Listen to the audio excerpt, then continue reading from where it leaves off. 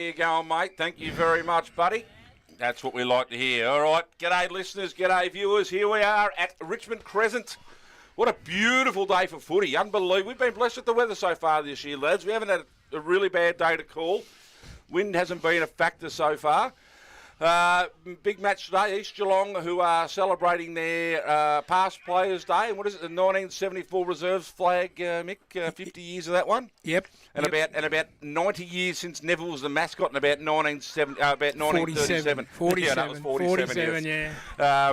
So looking forward to a big match here against North Geelong. Currently in the reserves, we got about 30 seconds to go in the third quarter.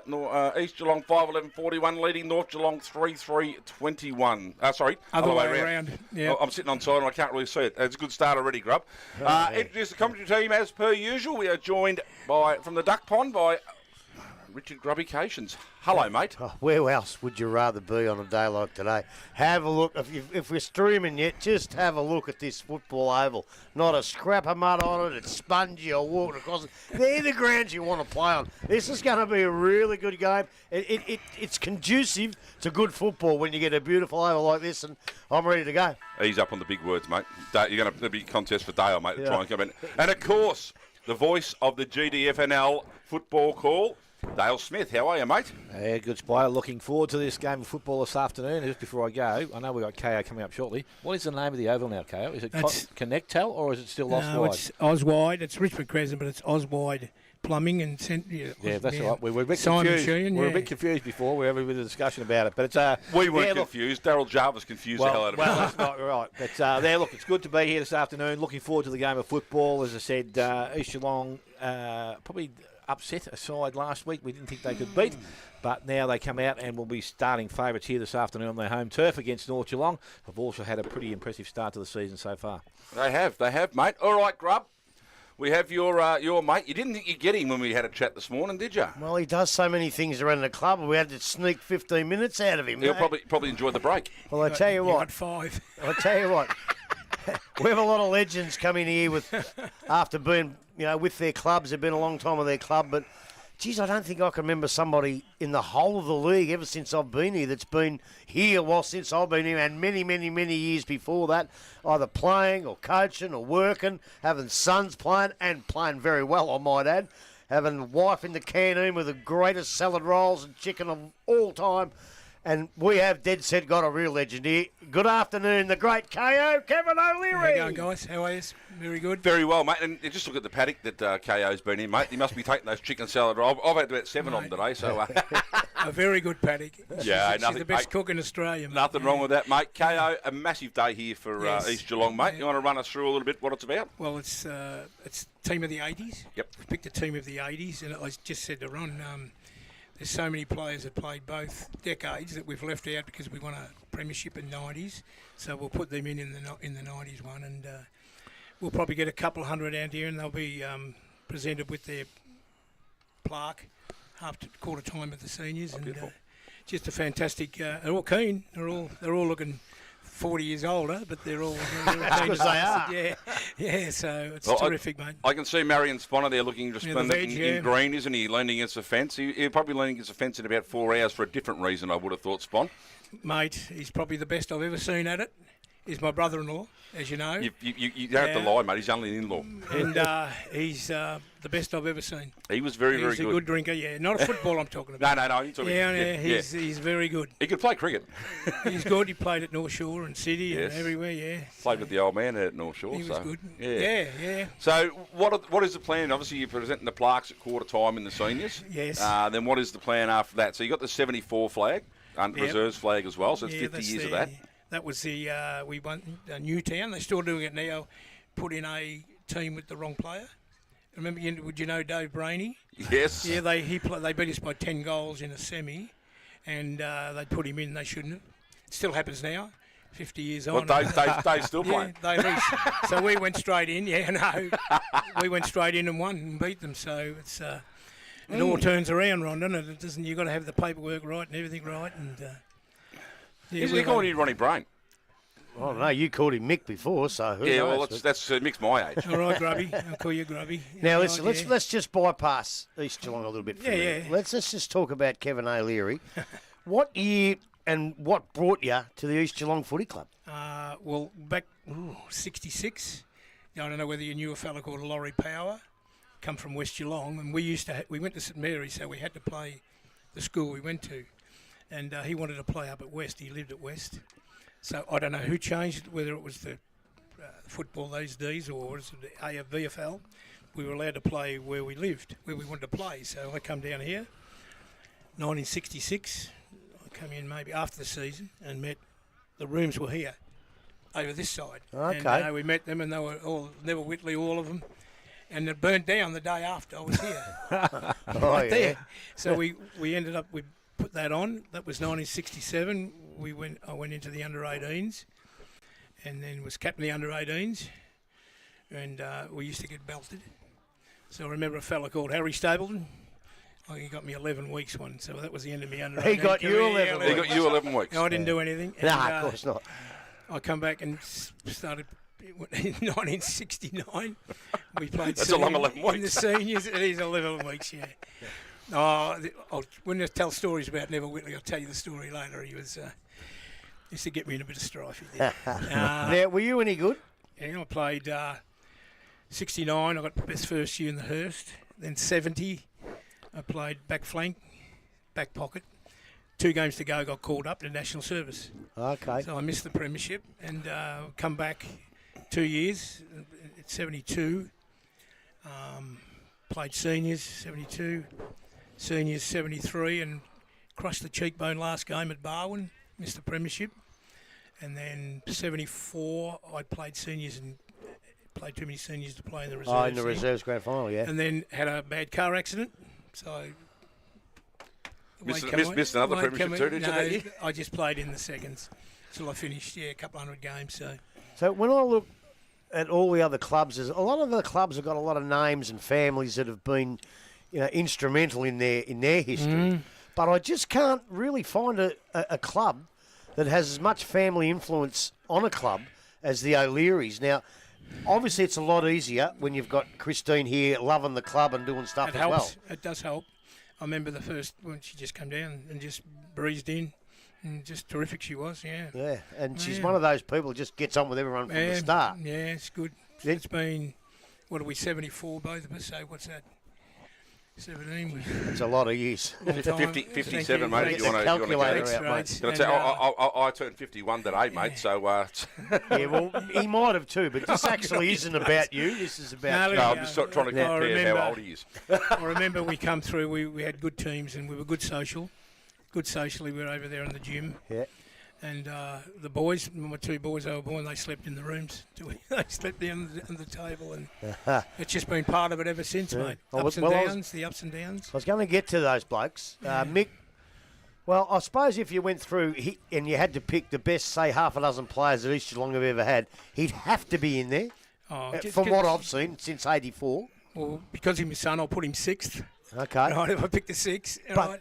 Where does Sean go then? Well, the other bloke, They're pretty close. I tell Yeah, you, he's pretty close. I reckon injuries hurt Shawnee a lot. Yeah, but Achilles. on his best day, he was as good as I've seen as well, Sean. A good kick for goal helps. Yeah. 40, 50 metres, we can get Did that he kick distance. 100 in a season? Yeah, a couple of I times, thought so, yeah. Yeah, no, he's And, a good player. He's very good. He played in the 209 premiership. Yep. He come back after his Achilles and kicked 4 in the grand final. Yep. He would have been there. We did well. Yeah, yep. And Michael, he played in the first Falcons premiership. Okay, yeah. 92. Yeah, 92. and Terry Bright was his coach, and I think he played 10 reserves at Geelong. Did pretty well, but they were in the finals in the seniors. They had a lot of players, Okay. and they said they couldn't promise him anything. So he played a couple at Richmond. Yep. Then 10 in the Geelong, then come back here, and when we won the premiership, he was 18. So, and Shawnee just through the progression, good footballer. Yeah, he Yeah, was. good He mate. was. Yeah. Now, here's the tricky one. I told you it'd be a tricky one, right? And obviously, the East Geelong Footy Club has got a hell of a lot out of the O'Learys. What have the O'Learys got out of the East Geelong Footy Club? Well, it's That's a good question for me, isn't it? satisfaction. Satisfaction of helping at a community club. like you can imagine how many people that have come through that you see need help from a community club. You've all been part of one, Yep. and it's just been fantastic right through the juniors. Just satisfaction, and like the club, and just I don't know. It's kept us together, the family. Yeah. It's just terrific. We've had cousins, the sponsors there, all cousins, and it's just wonderful, mate. A good time, a terrific time. What do you do in the cricket season? Play bowls. Play bowls. I I thought you played cricket might. here at City for about 400 games of that rubbish, and bloody 2 new knees out of it. But no, we play bowls. You're up at East Geelong, aren't you, mate? Yeah, we do Geelong. well. The party club Yeah, we do well there. We got 4 out of 8 this year. We do well. with the great Adam Martin, Yeah, the boy. with the most he goes unruly well. beard in Yeah. history. He goes well. His heart's in the right place. Oh, I tell you. absolutely, mate. He's a wonderful bloke. But it's a bit like here, Grubby. It's a terrific club up there. Everyone gets on. It's really good.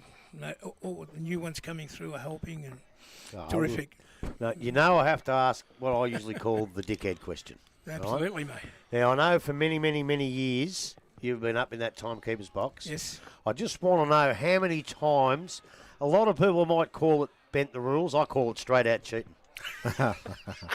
Blow the siren a bit early when you're in front, or Let's just say, in the second or third quarter, I don't do it, but it could happen.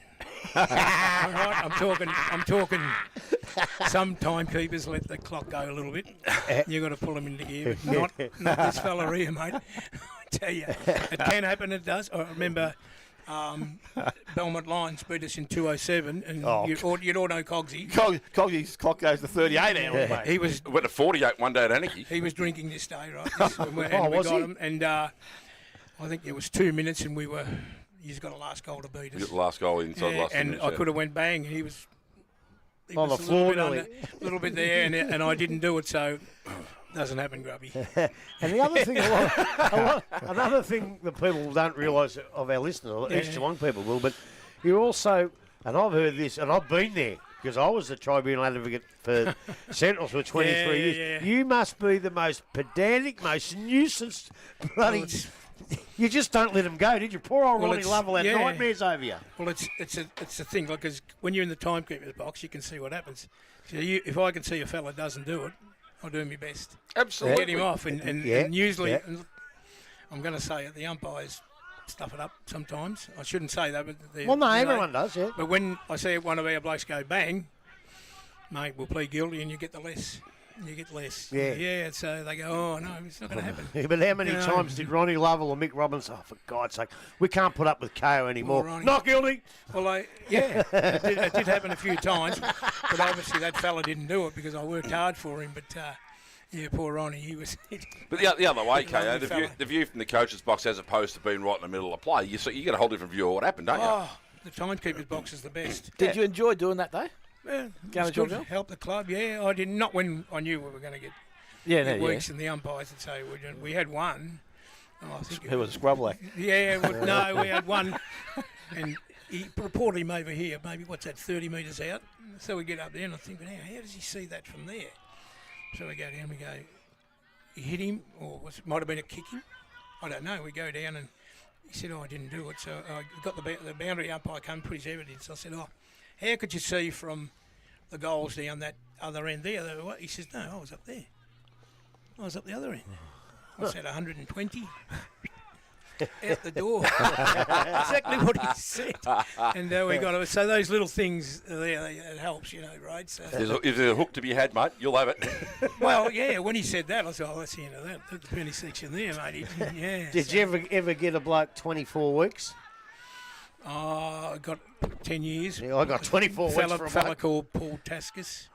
Hit the umpy down in a practice match at Anglesey. The umpy went down like a bagger. But he shouldn't have done it. Sugar, yeah. So he come in, and we got it, and the evidence was given. I said, I can't defend that, but that's not what happens. We want a time to do it. No, it's getting held today. Got 10 years, got life. Yeah. So that's how it is. Well, But sacrosanct, the umpires. Yeah, Don't no, touch you're it. right. I tell you, we could talk about these old times forever, but I just want to touch on the modern East Geelong. I got word from the South Barwon, who was at Barwon Heads, that said that the new coach you've got, man, a good character, good player, and will be very good for the East Geelong Football Club. Can you substantiate that? Absolutely. At this point? We showed him all the videos of the last 10 years. We've been beaten in the years have been there. Yep. 2 goals up, missed one, Yep. gone. And he said, well, hopefully we can change that around. They're a lot fitter. It showed it against Thompson and Inverleigh, a fantastic game, but they were too smart. Belpo still in the pocket up here. They kicked 4 goals in third quarter and got us, but he's terrific. Oh, the other one, mate. I need the Jaden McLaughlin. is it? yeah, number 7. You haven't seen him play yet? No. You watch him today, you'll go past here, you'll go, Is he off the half-back line? who was that? Actually, we did. Yeah. Yeah, we did against Thompson. Yeah. Yeah, was- and he was better last week. Yeah, and actually someone else said that He too. was fantastic, and there's a couple not in today. Gibson comes from Leopold. He's not playing. He's out. So we've got a few. This is the better side than you Nuance. had when we saw you a couple of weeks back, KO, against Thompson.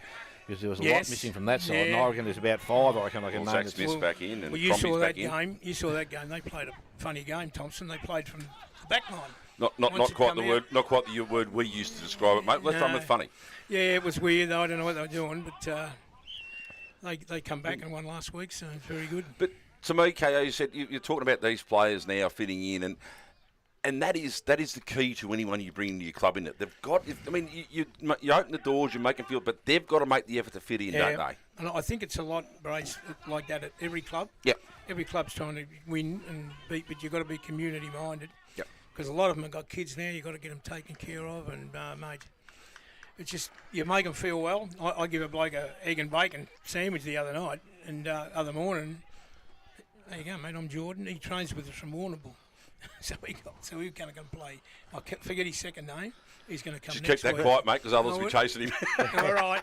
I don't know his surname. So we make him friendly too, and it's really good, mate. But Really it's those little things that make a club. good. Yes, it is, mate. It is those. I mean, go back all the years. You know, I've been in the GDFL for a long time. Not probably not as long as Dale or Grubby, because I'm a bit younger. Yeah, sure it is, mate. But it is. You know, Jeff McClure. You know, spent a lot of Fantastic time here fellow. as well. And then he was up there starting Bell Post still, Wonderful fella. and yeah. just wonderful community people. Yeah, he is good. We used to have progressive dinners. In them days, we'd go to each other's houses. We had that at Sandals years that's all, ago, they yeah. were wonderful. Now it's different. Yeah. The game is finished. Used to be 25-minute quarters. Yep. Now it's instead of 20 past 5, it's 20 past 4. It's about up past 4. About They up run. at 6, it's a lot different. Yeah, They it had is. tea It and they is. go home. Yeah, and I suppose we probably couldn't talk about East Geelong without talking about a fellow who's actually gained an OAM No. for his services to sport in the community. Wonderful But, fella, mate. you know, Neville Whitley was obviously East Geelong before he went to the committee. he was- He probably still a little bit East Geelong with some of the decisions I've seen him make. Look at the over colours years. we're wearing. Hey, look at the colours. But he was very, very good on-field and off-field for East. He was, And, you know, you'd be proud to call him like an East Geelong he's the person. first fellow I met. He was in these rooms, and when we played, he was our first under-18 coach. Had absolutely nothing to do with me getting 11 weeks. I'll tell you that. All right. He'll hear that. He'll know. He'll hear that. He'll be having a But chuckle. he used to come out. He'd have the oil on him. Have the oil look like a Greek. Yeah. Oh, just fantastic kick, 60-metre drop kicks. But could he play? Yeah. He told me he gets was a good mark. superstar. No, he wasn't a superstar. God, He Grubby. could play. He could play. He was a beautiful kick. Maybe not as quick as any other, quick as a lot of players, but he could bloody kick the footy, and he'd run the show from I think 73 onwards, and did very well. They were good right through, mate. We had good times. You know, he opened his house to us. Yeah. Everyone, yeah. you know, it was really good. Well, I So tell you he what. deserves everything he gets. He's you got know. he's got a grandson down at Queenston I was gonna ask the who same can question. really play football. How about getting the influence of Neville and getting him over here to East? He'd be a Well, good recruit for you. Mate, he looks all right. Yeah, he That's does. Mitch's young boy. Yeah. But they live down there, so it's hard going. Yeah. It's not And he's easy. captain.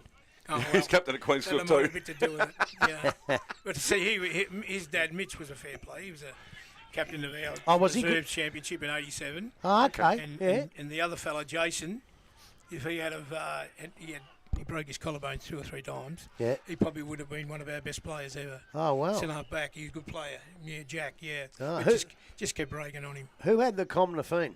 Mitch. Jack. No, well, Jack. Jack. No, Mitch is the sign rider. Oh, yeah, that's right. The only one sign rider in Geelong that you've got to check after he's been there.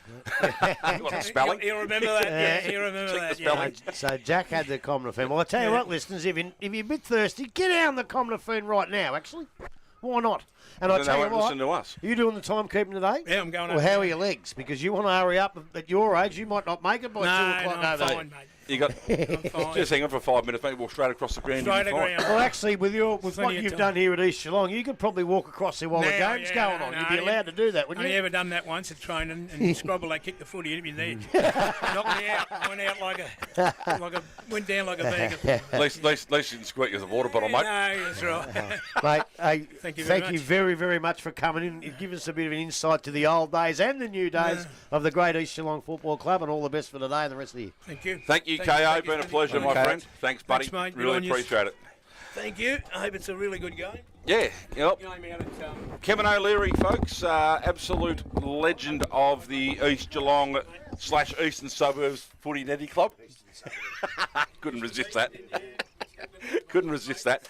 All right, when Grubby's with us, Dale, we'll let KO wander over to do his duties. We'll have a look at the other games for the day, shall we? We'll just... He'll be leaving it at halfway through the second quarter to get there with your grub. You bet I will. Well, obviously, we covered the Inverleigh Bannockburn game a couple of days ago, so we don't really need to go to it. There's a few injuries come out of that. And Well, is it true this morning on hashtag that Mitch tipped Inverleigh this morning? he's still waiting. He's still waiting for the scores to be confirmed to see whether he's going to pick him or not. So he thought there was a fifth quarter. All right, lads, up at Myers Reserve, which might actually be almost still up there. It may only be a 15-knot Zephyr up there today, I reckon. Well, it mightn't be bad. Balpo's still taking on your mob, Grub.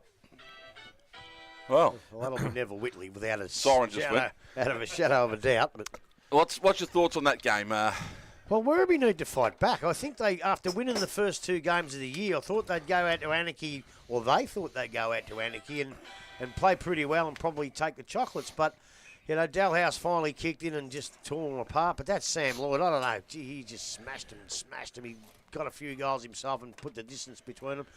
But you can't blame 2 players. Anarchy got 18 or so, 20 others that obviously had a fair dinkum go. And they've been having that go right from the start. It was just a matter of time until they kicked in. And again, as I said last week, even though it's not great for me, when my side gets beat, it's great for the competition because, you know, that means that anybody can beat anyone on any given day. Balpost Hill, I thought they were reasonable for the first half last week. And usually, over the last couple of years, if you've said plenty of times, we've seen Carrera drop off. Well, they went forward, and Balpost Hill just dropped off a little bit. And they really need a ruckman, and apparently, from what I've told, they've got one now. Whether or not he plays this week, I don't know. It'll be a pretty good game up there because I think all games are pretty tight now. I think Werribee should fight back and win, but who knows? Balpost Hill, as Tari always says, never write off the Panthers. Dale. Yeah, look, it's going to be really tough for them. I think with Daly in the ruck, that's going to be the big difference for them today. Last week they had Aaron Taylor against them, and well, Aaron's a big lad, but didn't have to jump to beat what he was against. This Jack. time he's got Daly, and he's another 6 inches taller again. So it's going to be really up against them. If they can't win, or they're obviously not going to win the ruck contest, but if they can't nullify the Werribee side getting the ball from the middle of the ground, then they're going to find it really hard because I think they will get enough ball inside 50 to win the game of football. As I said, it is at Balpost Hill, and you can never write them off. I thought last week Dylan Godwin, who came into the side, was pretty good. He got better as the game went on, but they had him behind the ball. In the first part, they played him in the middle of the ground. He probably just didn't find his feet like he normally would. As I said, they've got Clancy McKay provides a taller option for them. Unfortunately, with their current size, he's going to obviously do a little bit of ruck. And the good thing was they didn't give it to 1 or 2. They gave it to 3 or 4 to actually go in there and do the work. So I think that will help him. We know Yates is a tremendous bloke. He gets in there. He works hard. Doesn't matter where he plays. He'll give you everything. Bowie Collins is class. Just let's hope he controls himself during the course of the season because that's my only worry with him. He was all right after half time. He got a bit niggly before, but he's okay. Yeah, but he's going to get tested these days now, as he said, because you're going to have your best players going to him, and he's probably him and Jack Yates out of the middle, probably the two blokes they're going to put a lot of time into. So let's hope they can keep themselves going and stay on the field because they definitely need them. I think last week, Linehan Cunningham, he got a couple of goals. They had to spread it around with 6 others, but it obviously wasn't good enough to beat the Anarchy side. They'll need to get some more goal kickers. They had them in the first time we saw them. I think they'll win the game. I reckon it might be just a 4-goal margin to Werribee today. Talk about people with nothing between their ears ring and general broadcast. Your mate Graham Lewis just rang me. Popper.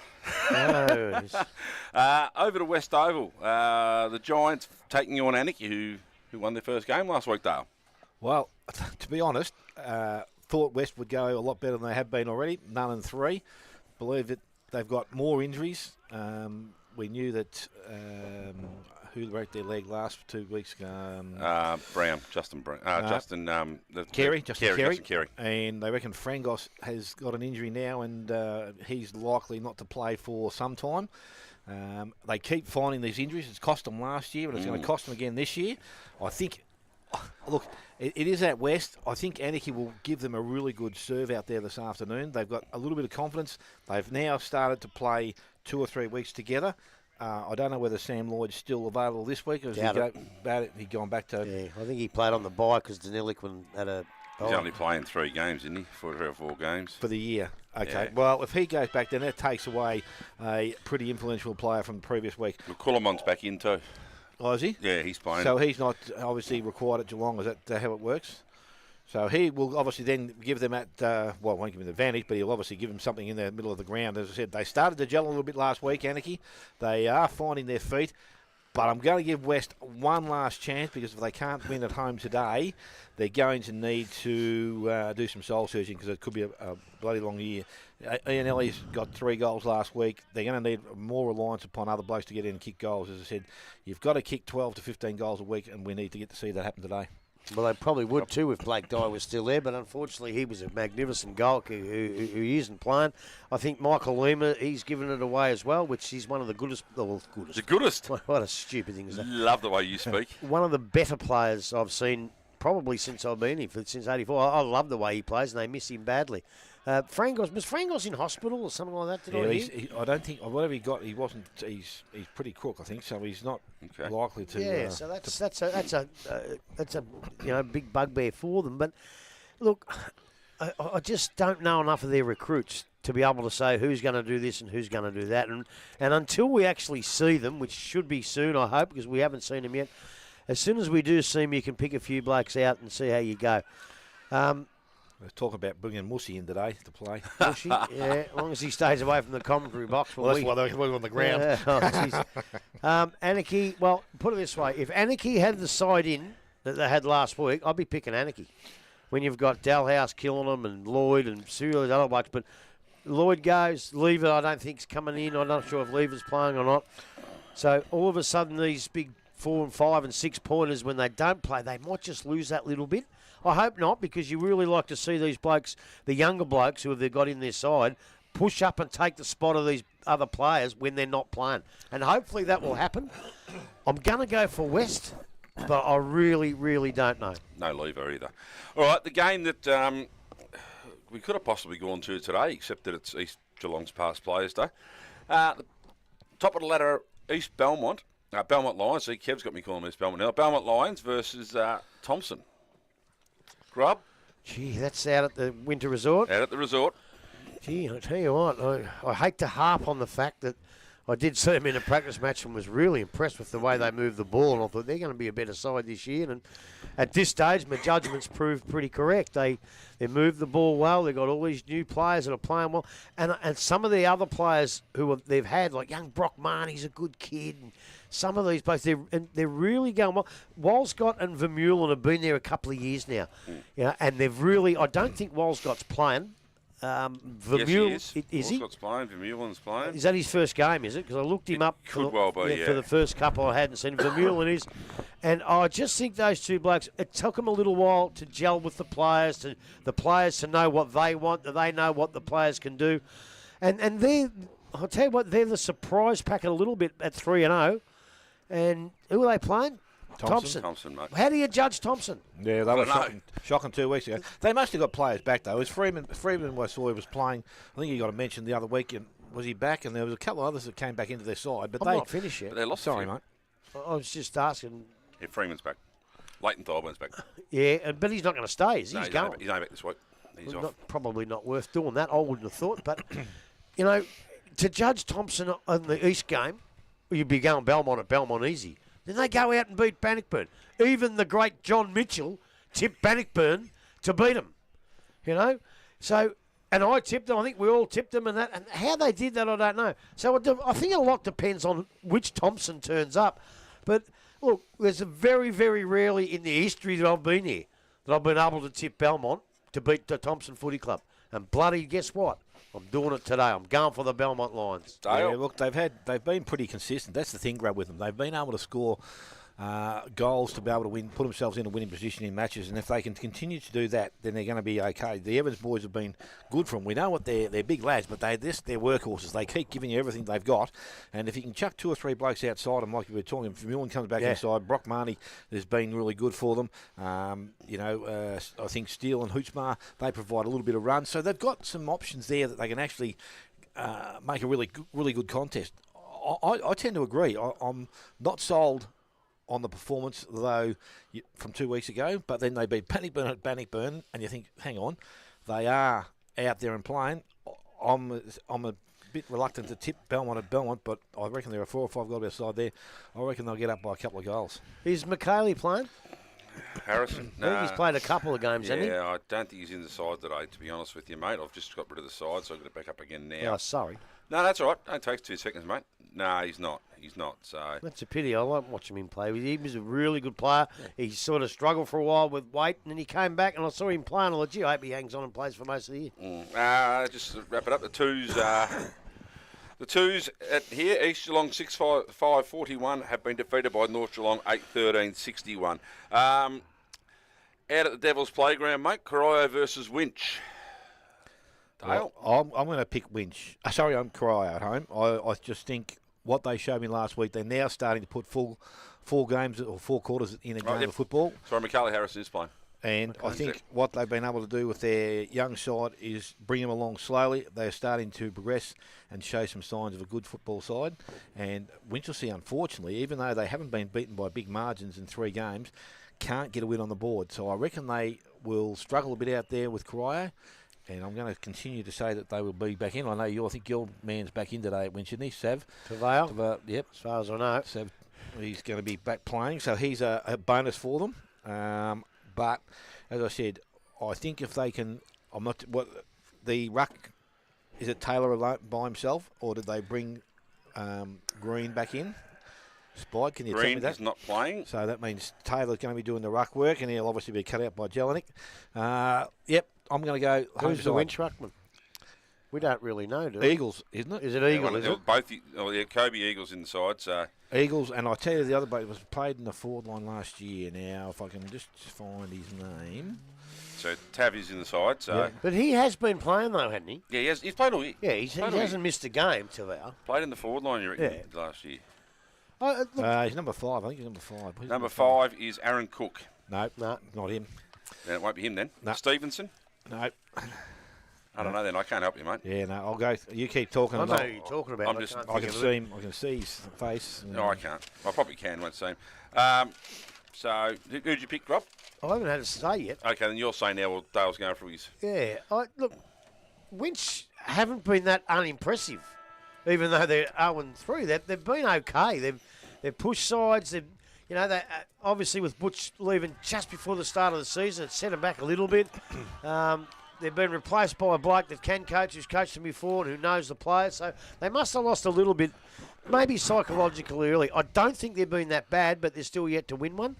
And they do have a chance at the Devil's Playground today to win that first game. But I've got to be so impressed with the way Corio played last week. It's when Joel was there and he backed up by Toby and they had 1 or 2 others. Now you got the Burns boys. You've got all those kids who I love those kids. Noah Bartolo, young Brock Savanka. It still irks me that they're 4-pointers. Some of them are there. We'll leave that alone for today. But, I think Ricky Bigham's other young bloke might be in today too. I think that he could have 2 in there today. So, they're giving them all a chance. They were disciplined. There was a couple of bit of argy-bargies, and they just kept playing football. Jalen, He's playing. They just kept playing football.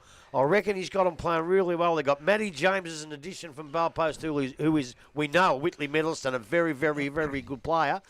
Doyle on the back line impressed me. Need a bit more out of you, BJ. You just love Billy, don't you? And just just a few more of those blokes who have come into this side.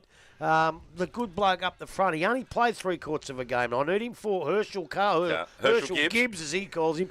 Really, really like the way they're going at the Devils play. Look, if it was out at Winch, I might think about tipping Winch, but at the Devils playground, I'm going to go for while they're on a roll, let's go for the Devils. Rightio. I was going to say something else then, but I can't remember what it was now. It was, anyway. They've got 2 goal umpires at one end of the game today, Corio. Nathan Kenyon's back in. So, you got a second goal umpire up there. And finally to this game, lads, how do we see this one unfolding? I don't know. Oh, fantastic. And I know that's a stupid thing to say being not here, really. But, I walked across the ground at half-time in the seconds. I thought, I'll have a chat with the North Geelong boys.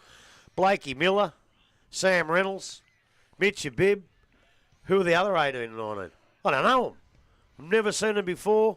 I don't know how good they are. I've got a little bit of info on a couple of them. We know Juanito Ramos has gone out there, and Zachy Swenderson. Noah Penny, his name's been changed today to Darryl Penny. Right, number 5, Darryl Jones. That's what Habs calls him, Darryl. So he might cop Darryl. This Rory Desnoy might be the boy to watch. I think he's got the, what do you call those Bob Marley things? The plats and that? The dreadies. Yeah, whatever, yeah. And apparently he's a really good kid. I've seen both Jules, and I know that they're handy players. Beecroft we've seen before. Noah Billy can play a bit. They're all young kids, and that's, again, 4 points, 4 points, 4 points, 4 points. You get all these 4-pointers, and I find out they're only kids. The only one I don't know about is Harry Cornelius. I think he's a big, strong backman, but we'll find that out. East, well, we've spoken enough about East. We know how good they are. I think last time, I don't think Benny Crombie played the first time. He's a really good kid to be back in. Zach Smith didn't play last time we seen him, so he'll be handy up there. Malvale's a really good kid. We spoke about McLaughlin and Noel's son's back in. Who? Noel's son. Oh, Fanning, yeah. And I think the Hoff looked all right too. At home, in front of the past players, I'm going to lean towards the Eagles. Dale. Yeah, look, it's one of those things, Spider, when you have inclusions of Crombie, King, Smith, Caleb Ezard and Fanning. I know they probably played last week, but when the side that we saw from 2 weeks ago and were good enough to beat Thompson at Thompson, I think they're going to be too good to beat North Geelong. Having said that, North Geelong have shown some improvement this year. My question is, I don't know who rucks for them other than maybe Blake Miller. I'm not too sure who else has got some size out there that would be able to do it, but obviously we'll find that out when the first bounce happens. They have been a lot better in their games so far this season and been competitive.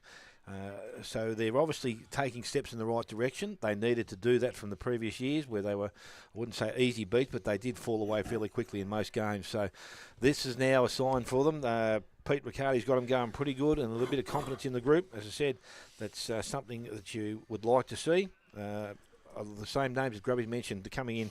The one that we've heard about is this Desnoy. They reckon he's a real hard at it type goer. Doesn't care who you are, what you are. He's just going to go and get the ball. So they're the not type very of blokes, big either. That's the type of blokes we like to see around the ground. So going to be very, very interesting. As I said, East Geelong at home today. Not only because it's past Players' Day. I just think with their inclusions, from what I saw a couple of weeks back, they probably will be a lot better side. They will win.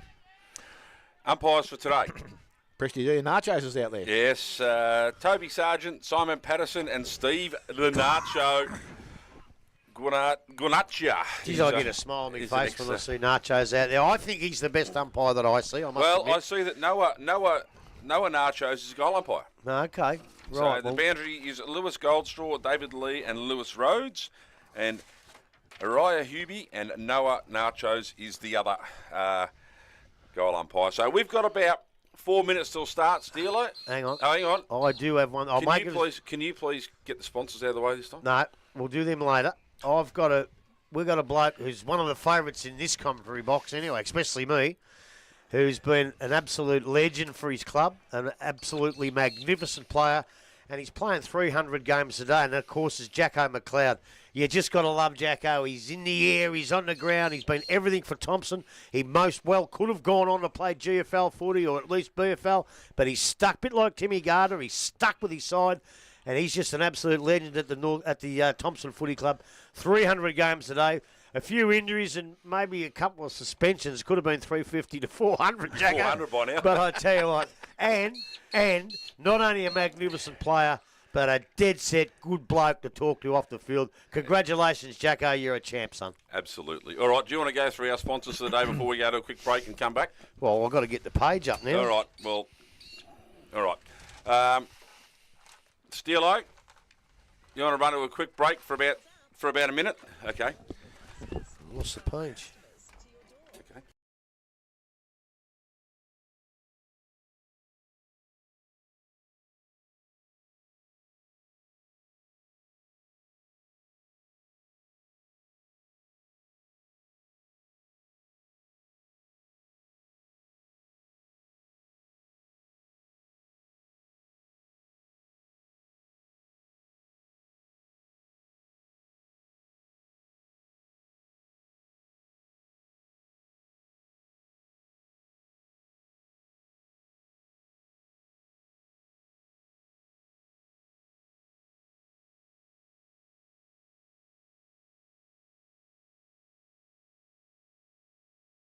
Wide Civil and Plumbing Oval, Richmond Crescent, as we all know it. Grubby, would you like to go for the sponsor before we get to Dale, Yeah, just please? a quick go. Routley's, Kempy Engineering, the Comnafine, the Yards Hotel, the Hotham Hotel, Elders Insurance, Promoted Trophies and Apparel, and of course the quarter by quarter. We'll see as we go. Rightio, thank you, mate. You forgot them on Thursday, so anyway. I forgot the whole book. I forgot what day it is. All right, Dale, we're about to get underway here. We have the memorial clock. Go, March. Nuts, look at me waiting on. No, just waiting for the camera. He's just waiting for us. Yeah, that's good. We're right, Nuts. Rightio, Ball it Dale, up, son. take it away. So, umpire with ball in hand, and we are about to get underway. Ball in the air, Soap, as we said. He taps the first one down, goes to Swinnerson. Off the back of the contest, little boot in the right, left foot, goes not too far, and it's going to be picked up out there by Gemmell. So, Gemmell now will get the ball. Kind of pass was the ruckman, was it? So there you go. Yeah. So the ball goes quickly into the forward line. Ezard doesn't take the mark at the front of the contest. Picked up there by McIntyre. Has a quick look forward. Smith leads up to the ball. Did he take clean possession? Bounced, I think. No, says the umpire. He called that quickly. And we will have a ball up 30 out from goal. He doesn't look like a very tall bloke. Connor Pask. No. Well, he'd be Cooper. So he's got the ball now, and the umpire's thrown it up very quickly once again. Ezard does the ruck work. I think he just handed that out to his teammate, missed his man. Picked up out there by Andrews. He's tackled very quickly on hands and knees. It comes out to Swinnerson. He kicks to the half back line. Mark again, not taken. Ball picked up out there. Free kick, says the umpire. It's going North Geelong's way. Oh, Too high. He was going backwards, I suppose. That's his only. nearly give 50. me that. Out wide to Miller. Miller didn't take the mark. And his opponent out there was McKinnon. McKinnon actually went to the wrong end of the ground at the start of the game and had to do the sprint the full length to get back. Must have thought he was picked at full forward instead of full back. Did you ever do that? No. Reverse loose man, mate. I may have kicked the ball the wrong way one day and handballed it the wrong way somewhere. But Handball, Dale. yes, the ball now from the ruck contest going after it out there was Crombie. Dives on top of it. Now players sit over the top. And again, umpires in very quickly will call for the ball back. Good to see Benny Crombie back in this side. It is too. It is too. So Ruckman got it once again. From there it comes out. It picked up there. I think that was McIntyre. Didn't travel too far. And the umpire said there's a free kick. It wasn't McIntyre. He came out the other side. That's why you give him best. Is that Bartel? Yeah, Yep. he's Bartel, Yeah, left footer. He left-footer. goes inside. They're both left footers, Bartel and him. Picked up again, this time Crombie. Pushed off it as he kicks the ball. Gain through the centre forward position. They run. Ball into the half forward line. Good kick. Mark has been taken out there. That's by Gemmell. Some good work there. Ball was delivered by Zimmer to him, and he's in range now. We'll go back and have the first shot. Or, yes, it will be the first shot at goal this afternoon. I said the Gemmell plays at Winch too. Yeah, there is. I wonder if they're related. Just side note. So, Wallace, is it Wallace Gemmell? Yeah. Yep. So he comes in now, kicks that goal. He won't be online, it won't get the distance. Izzard puts his hands up, ball comes out of the contest. North Geelong from the back pocket, they kick out gain side. Swenison tried to handball up over the top, smothered, came back to him again, tried to kick the ball but was pushed off it. And we'll have a throw in front of the North Geelong coaching staff out there.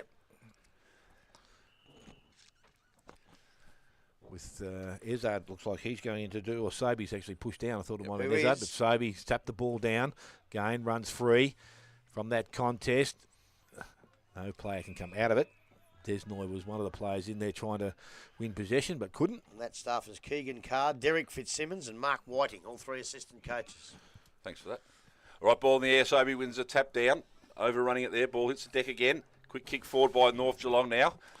Intercepted beautifully here now, driven back in, a nice low pass, and that has found McIntyre. McIntyre's chipped one over the top, and we'll find, is it Gemmell again? No, Smith. Sorry, long sleeve.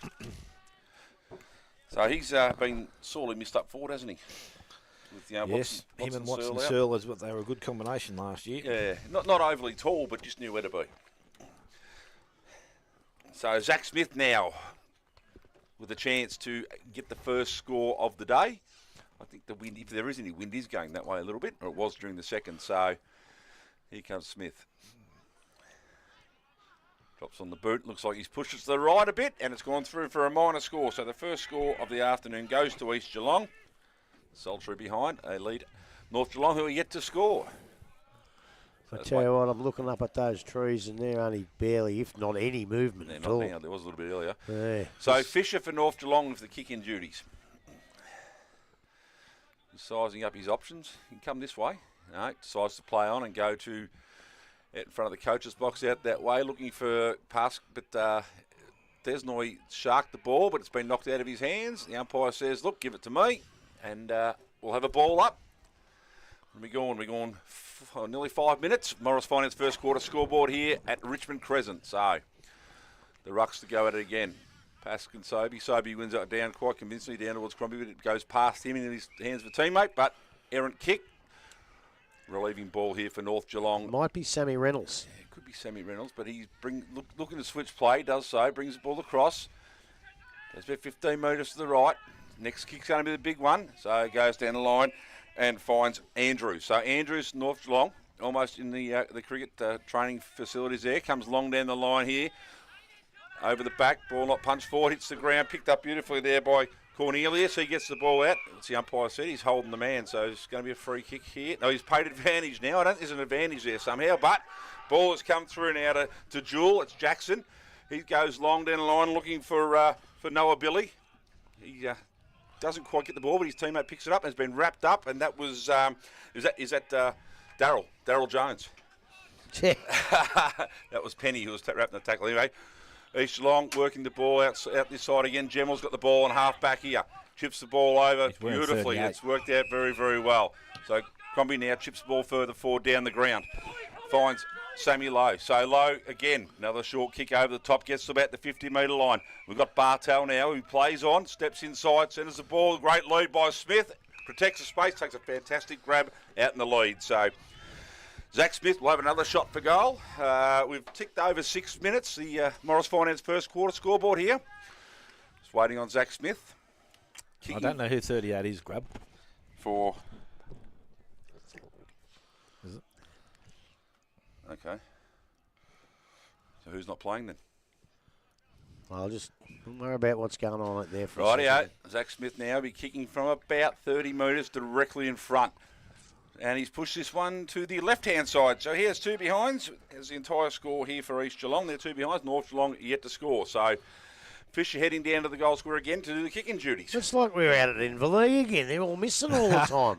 But they're not used to perfect conditions, Grub. No, They're used to the they wet. probably want a bit of a Yeah, swirl that's of right, I breeze to reckon bring too. it back.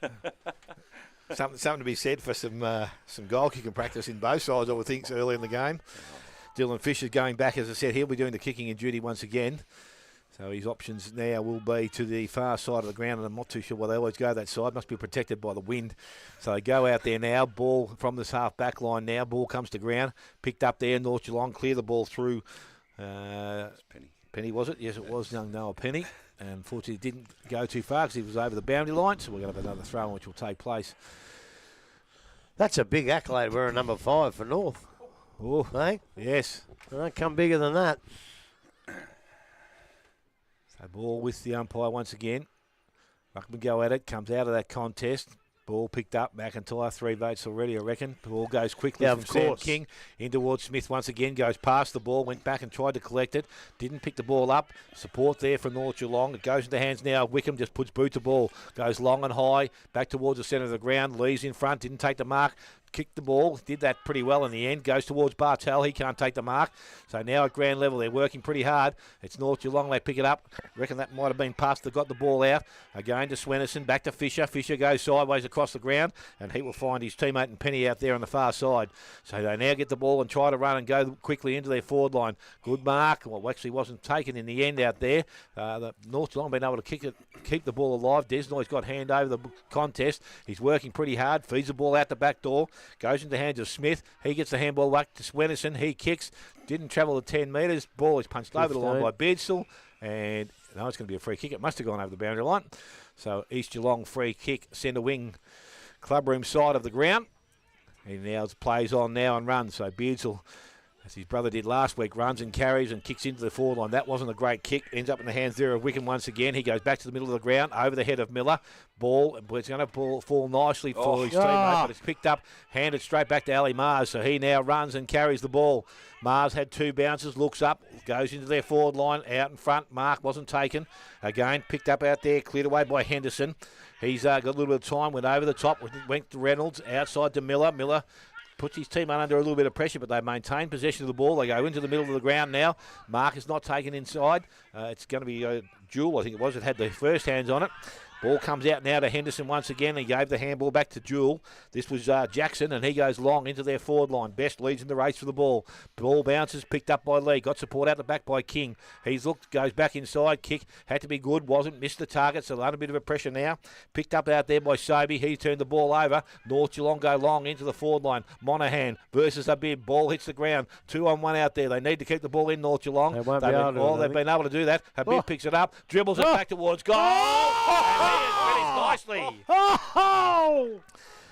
Mitch Habib, he gets his first goal of the afternoon, and North Geelong's first. They are 1 straight goal. They lead East Geelong on 2 behinds. We have gone 10 minutes. Morris Finance first got a scoreboard. Well, I thought they made a couple of blues going in. Like the big fella Best came out. I know it was in a bad spot, but I'd just like to see him run at it and see what happens. But East Geelong got it anyway. But good football during them, right through the centre. They took it out there. I thought the ball was going to go out. And then Mitch Habib produces a contender for the Raiders bingo goal of the day. Bingo. Raiders bingo. And I'll tell you what, you want to be lucky to win bingo? That was lucky that went through, I tell you. All right, Paul, in the middle there. Pask wins that one down. Chopped off here by, I can't see who it is now, wrapped up was Crombie. I should have named by the long sleeve. So the umpire will come in and do it all again, right beside the centre circle. So Paskin, Sobey uses his strength beautifully, goes down to McIntyre. Ball chipped over beautifully to low, comes back to Crombie.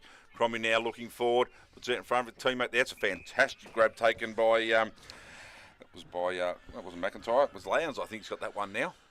So Caleb Lowndes drives him forward for East Geelong. Ball goes down the ground. Ball on the deck, picked up there. Quick handball out the side. Another handball over the top. It's in landing the hands of North Geelong, who now moving the ball forward again.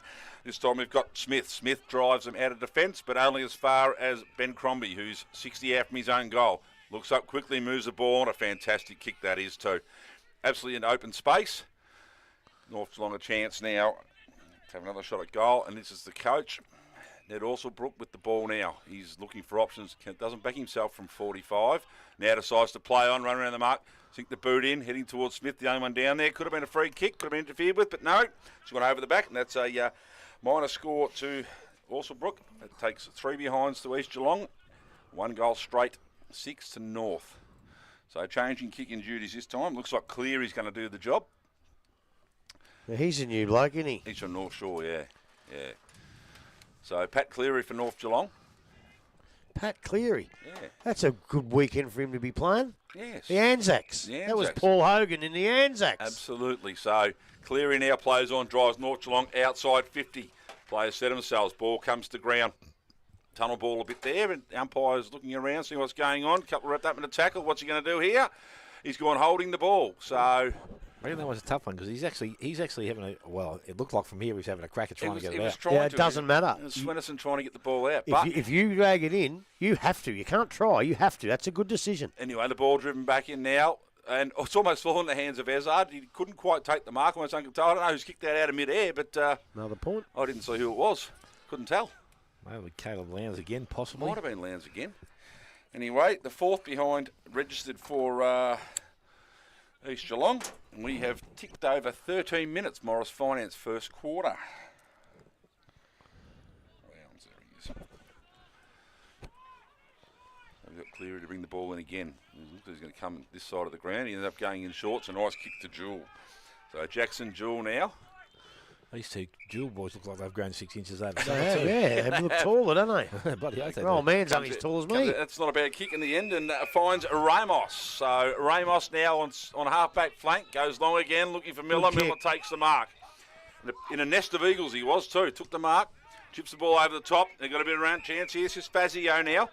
Looks long down the line. It's not a bad kick to space, is it? Hasn't quite got the carry on it. Falls over the back there and picked up by Beardsall, who we said likes to run, but a great smother there by Penny. Sees the ball over the line, probably 40 metres round from the North Geelong goal. Tell you what I did like before, which we haven't seen the last couple of years. Blake Miller chased that bloke before, and he wasn't going to catch him, but he never gave up, the big fella. Looks a bit thinner, mate, I think, this year. Yeah. So the ball comes in now, tapped down. Looking ball bobbling around again. Handball over to King, who goes to Monahan, who goes back to King. The old 1-2. That's a lovely kick to Simons. So Ross Simons now just outside his defensive 50, looking at options. Goes in short. That's very, very short, but the ball's been marked by Sam King. King looks to switch play. Looking for McIntyre, who is either mark or a free kick, either or. Right on 50, defensive 50 here. McIntyre goes out wide again. Another nice looking kick. Finds Mars. So Ali Mars now with a bit of time and space. Looking around, plays on, looking to go down the line still. It's the far side of the ground for us. I think it's been chopped off, hasn't it? It has. So North Geelong take the mark right on true centre wing here at Richmond Crescent. Sammy Reynolds. Sammy Reynolds again. Goes in very, very, very short to Jewell. He's been around, covered the ground a fair bit today. He goes along, looking, that's a fantastic mark by Best. Strong lead with the company behind him. So Best now drives the ball long. Looking for Miller, who finds his way to the front, gets his hands to the ball, can't quite bring the mark in, and it goes out of bounds right in front of the canteen. We get those beautiful chicken salad rolls, Grub. Oh, yeah. Breasted chicken, Christine O'Leary.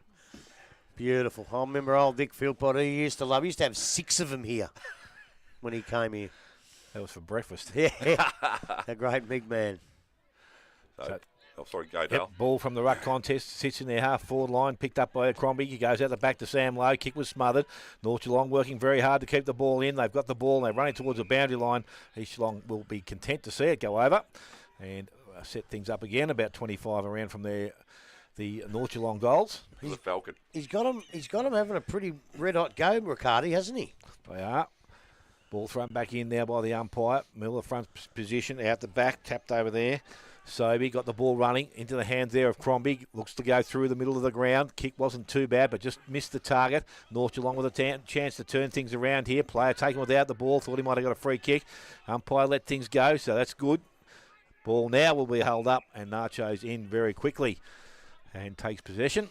Ball up centre wing, far side, or clubroom side. A couple more inches on that kick and it hit him on the chest. It was just at his feet. So thrown up by the umpire. Sobey again taps the ball out, runs it back to where it's centre wing, true centre wing, picked up out there. Desnoy got the handball outside. Jewell kicks the ball into the half-forward line. Again, good defensive work out there from East Geelong. Sees the ball back over the boundary line right in front of the club rooms here, and we'll have a throw-in which will take place. So North Geelong working pretty hard. East with 3 or 4 opportunities, but haven't been able to nail them as yet. We know last week it was costly. Jewell did the ruck work there, so it was Jewell to Jewell by the looks of it. Crombie was tackled without the ball, and it's going to be a free kick. We'll go back. Benny Crombie, centre-half back position. Looking at his options, he's going to go towards their half-forward line. Numbers out there with North Geelong at ground level. Ball was picked up. King didn't have it for too long. Was smothered out of the contest. It's going to end up there and kick forward there by Bartel. Goes towards big fella and Ezard. And again, the ball runs over the boundary line. Have another throw-in, which will take place half-forward line for East Geelong this time. Jeez, I'm going to be struggling in the votes if Sammy Lowe doesn't start to get a few touches. Come on, Sammy!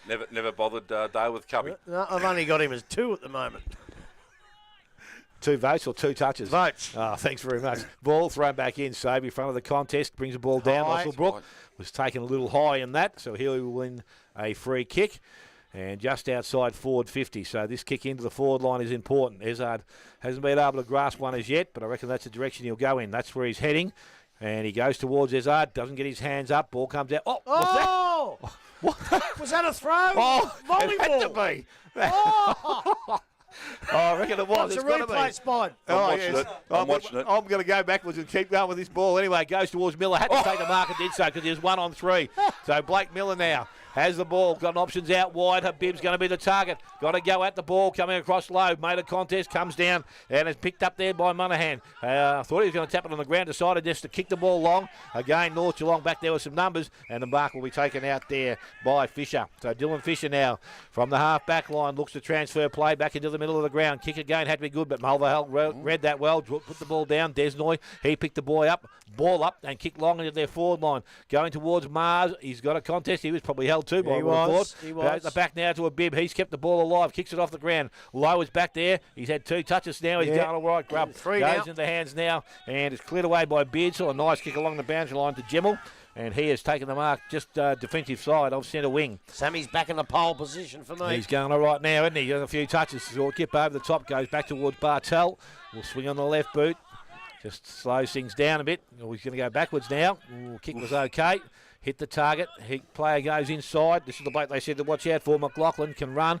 He's got the ball now. Now he runs and carries. I reckon even Shane Grundle might have said this bloke goes all right. The ball goes out wide over the top of his teammate's head there. It's going to go back towards the boundary line. He'll have time to pick the ball up. That was Lowndes. Got it out. Ball. Unfortunately, the umpire said incorrect disposal. Free kick will go to Penny. So Penny now for North Geelong has a player back in the goal square. And it's Reynolds. Again, they go across the ground. They've got more options further afield. And they're going to keep coming this way towards Andrew. Andrew's taking the mark still. They've moved the ball now outside defensive 50, which is good. So now we've got another option now. He's got Jewell back through the middle of the ground. He's going to go backwards again. So they're going to run a little bit of time and space. Back to Cleary. Back to Reynolds. And he goes longer. So the other side of the ground this time. Same position. They're outside 50 again. But they can maintain control. Penny now, what will he do? Let's hope they don't go back on the reverse and spread it back. He decides to kick down the line this time. Goes looking for Jewell. Spoil from behind. Ball over the boundary line. We'll have a throw in centre wing. Club room side of the ground. 20 and a half minutes gone. Morris Finance first quarter scoreboard reads East Geelong 4 behinds. North Geelong 1 straight goal. All right, so Ezard in the ruck now for a while against Pask. So the ball to be thrown in. True centre wing. Up it goes. Ezard wins the front. Taps it down beautifully. Quick kick there by McIntyre. Up a bit of an up and under. Rainmaker, if you like. Tap down there. Couldn't be quite picked up there, but it was in the end. And I think that by North Geelong. Ball moving forward now. Looks like some Starmate. No, flies out the back. So Crombie tries to handball to a teammate. Helped out there by McIntyre. Ball goes forward now for East Geelong. Lowndes in the box seat, picks it up well, but they're shoved over the line, and we will have a boundary line throw-in almost in front of the North Geelong coach's box here. 20 and a half minutes, Morris Finance first quarter. Incorrect. Now, look, poor kicking could be costly as last week, Grub. Well, at this stage, yeah, they've got to get on the target. So Ezard and Pask. Ezard wins that one down clearly. Quick kick forward for East Geelong. Smith in front, brings the ball down the ground, overrun. Now it stacks on the mill again. North Geelong fighting hard to keep it in. The umpire says they've done a good job of that. So have time to set, get their defence right. So the Pasca's worked down. I don't know if Ezard's going to. No, he's not. So Simon's going to do the ruck work for East. No, he's out of it now. Crombie's done. Crombie's going to do the work. Quick kick out of the pack. What's happened here? Umpire, I think, has picked out a free kick.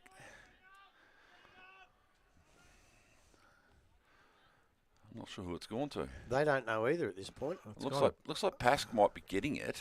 I tell you, if it's Pask, then it could be that Benny Crombie went up in the ruck and touched Nope. it, and he wasn't. It's gone to Hoff. It's gone to Hoff. Well, there you go. Gone to Huff. The Huff. So, Will Hoff. Well, he kicked, what, 1-5 the last time we saw him? 2-5, yeah. Hope he 30 kicks out straight on to an that angle. side. Here he goes. Kick off the boot. He's not really good at all. Come on. The 5th behind now for East Geelong. They've been 5 behind, trailing North Geelong, who are 1 straight 6. So Fisher now to take the kick-in duty. So waiting for the ball to be retrieved from the centre median there in Richmond Crescent. Being thrown back in now. So Fisher sizing up the options. He's got Cleary short. He's got Andrews long this way, but then he's decided to go that way and he's gone short to Cleary. So Pat Cleary deep in his own defence. Good kick. He just chips the ball back across now, so in front of goal. So another chip over the top. That's come off very, very well. So North Geelong just maintaining possession and working with it. He's got to give it away. It must have gone out of bounds in the full. That's all I can think of. I didn't see a free kick, so... Well, there wasn't one, I don't. Yeah. No, who's got this? That McIntyre. McIntyre, yeah. So he goes in short. Nice little kick in there. Finds Zimmer. So Lachlan Zimmer will now have a chance to bring up East Geelong's first goal. That 5 goes at it. It's up to you, son. Put it right through the middle. I tell you what, I'm not happy about either. What's that? Just about every week we get on the members' side, and the ball's always on the other side of the ground. Today we come to the outer side. They're playing around the bloody members. What's going on? So Zimmer No matter coming where in. we go. As he kick a goal, boundary, the goal umpire Missed moves that across, too. and we have 6 behinds. You know what it is, don't you, Grubbers? The 200 East Geelong old blokes here, they're tipping the ground over. Well, must have, yeah. Well, they'll be tipping a few in too. So I reckon, 24 and a today. half, Morris Finance, first quarter. Ball with Fisher for North Geelong. So, again, plays on.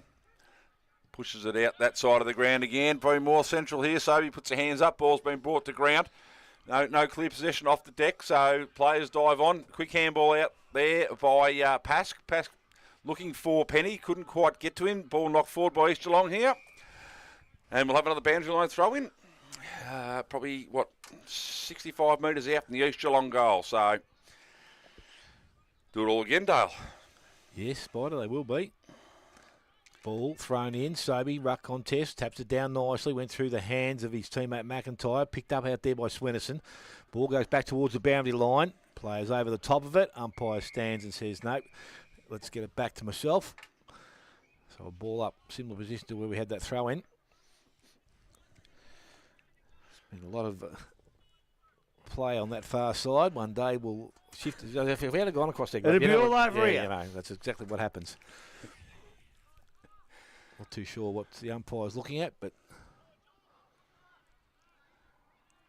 so it's a throw in, is it? Oh, it must have gone back over the boundary line. Yep.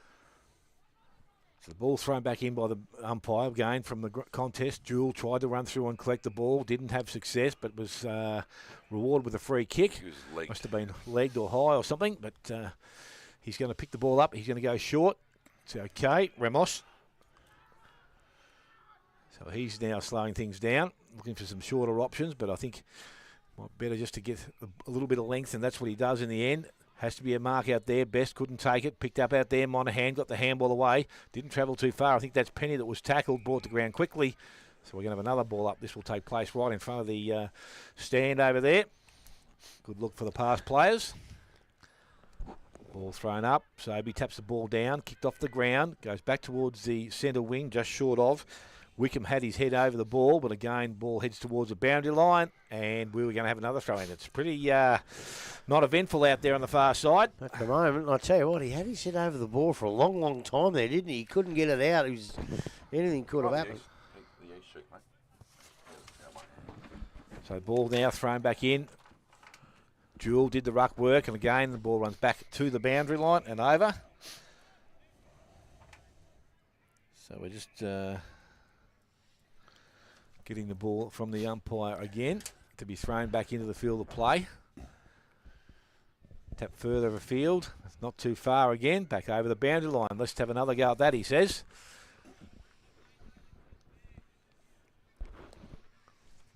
So we're not making much ground here. And I think that'll be frustrating us, and it's frustrating some players, I would think.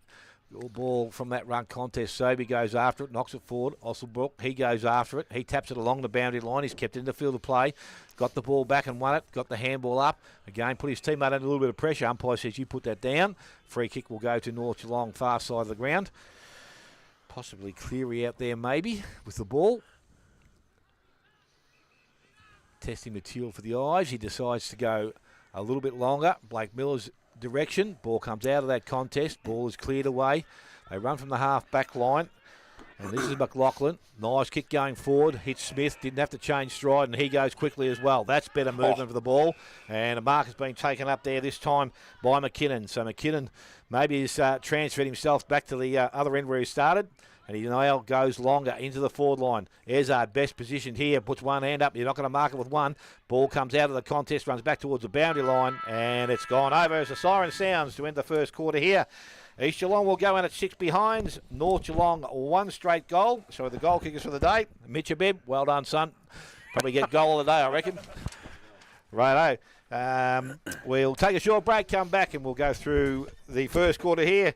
We're just getting a couple of things clarified, and we're listening to 94.7 The Pulse, your home of local football.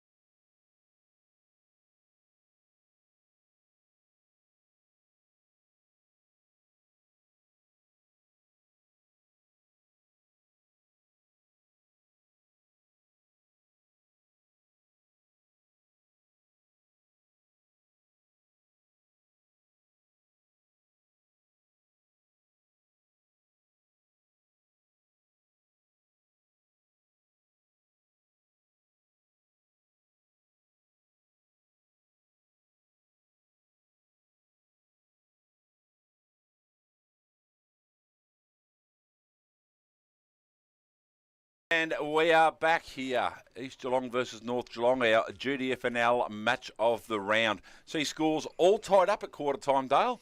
East Geelong 6 behind 6. North Geelong 1 goal straight 6. Well, you make your most of your opportunity, Spider. That's what North Geelong have been able to do. And as I said, we've seen some games in recent weeks where the first quarters and first halves haven't been great. But again, not being out in the ground and feeling the pressure, and they reckon the breeze is probably a little bit stronger than we're actually giving acknowledgement for. And we can understand why that would then mean that the ball is played a lot on that far side of the ground. Having said that, whilst we've had some good plays in the game, we just don't seem to be able to get any continuity between the half-forward lines of either side. The ball seems to be crossed backwards and forwards through that area, but they can't get that deep and accurate entry into their forward line, so it's made it hard. Smith's had a couple of opportunities, probably the best of opportunities for the East Geelong side, and he unfortunately hasn't been able to score with them. But having said that, we've had 4 others that have had shots that normally would go through. So again, as we sit back in the coach's box, in the commentary box, we start to think that win can't be that bad that it's actually influencing the ball. They obviously need to make some corrections there, and I'm sure that East Geelong will. If we look through the side at the moment, Beardsley's been good, Crombie's been good. We have to mention Sammy Lowe because Grubby's not here at the moment. I think he's gone for another chicken of breast sandwich over this far side of the ground. I might be staying there till half time. You wouldn't know. They've had some good players through the middle of the ground. Soby's actually winning the contest, but obviously up against a much smaller opponent, so he's giving them first use. McIntyre has been okay. Bartell's been good too, I thought. So, and for the opposition side in North Geelong today, Zach Swinnerson's had plenty of the ball. No, Penny's getting his hands on the ball. Desnoy's been good. The 2 Jewel brothers have been okay. As I said, they just need Aaron Best and Blake Miller to really start getting some grabs along that half-forward line, because I think if they leave Mitch a bit deep in the forward line by himself, he's the bloke that can actually kick the goals for them. But I reckon if they're going to win the game, Mitch has to kick 3 or 4, and Blake Miller also has to kick 3 or 4 if they're going to give themselves any chance. Mitch has probably kicked the hardest goal so far of the 7 scoring shots. Well, it was one that they worked pretty hard to keep in their forward line, Spider, and that's what they've been able to do. And they created an opportunity that was probably their only one for the quarter, and they made the most of it. So they're getting the ball to their half-forward line, but there's a lot of balls actually between both half-forward lines, and neither side can really take any advantage of it. Very scrappy. All right, round the grounds. Bellpost Hill 38, leading Werribee 3. Anarchy 13, 1-7-13, leading West 1 soldier behind. Thompson 16, leading Belmont 14. Winch 24, leading Corio 8. And of course, our game here is all tied up at 6 apiece. Well, Grubby's not here. We might do some other scores. Dale, other leagues. He doesn't care, but we don't care about Grubby either. What have we got? Bell Park 19, lead North Shore 13. Leopold 21, lead Colac 3. Newtown 31, lead St Albans 1. St Mary's 29, lead Geelong West 8.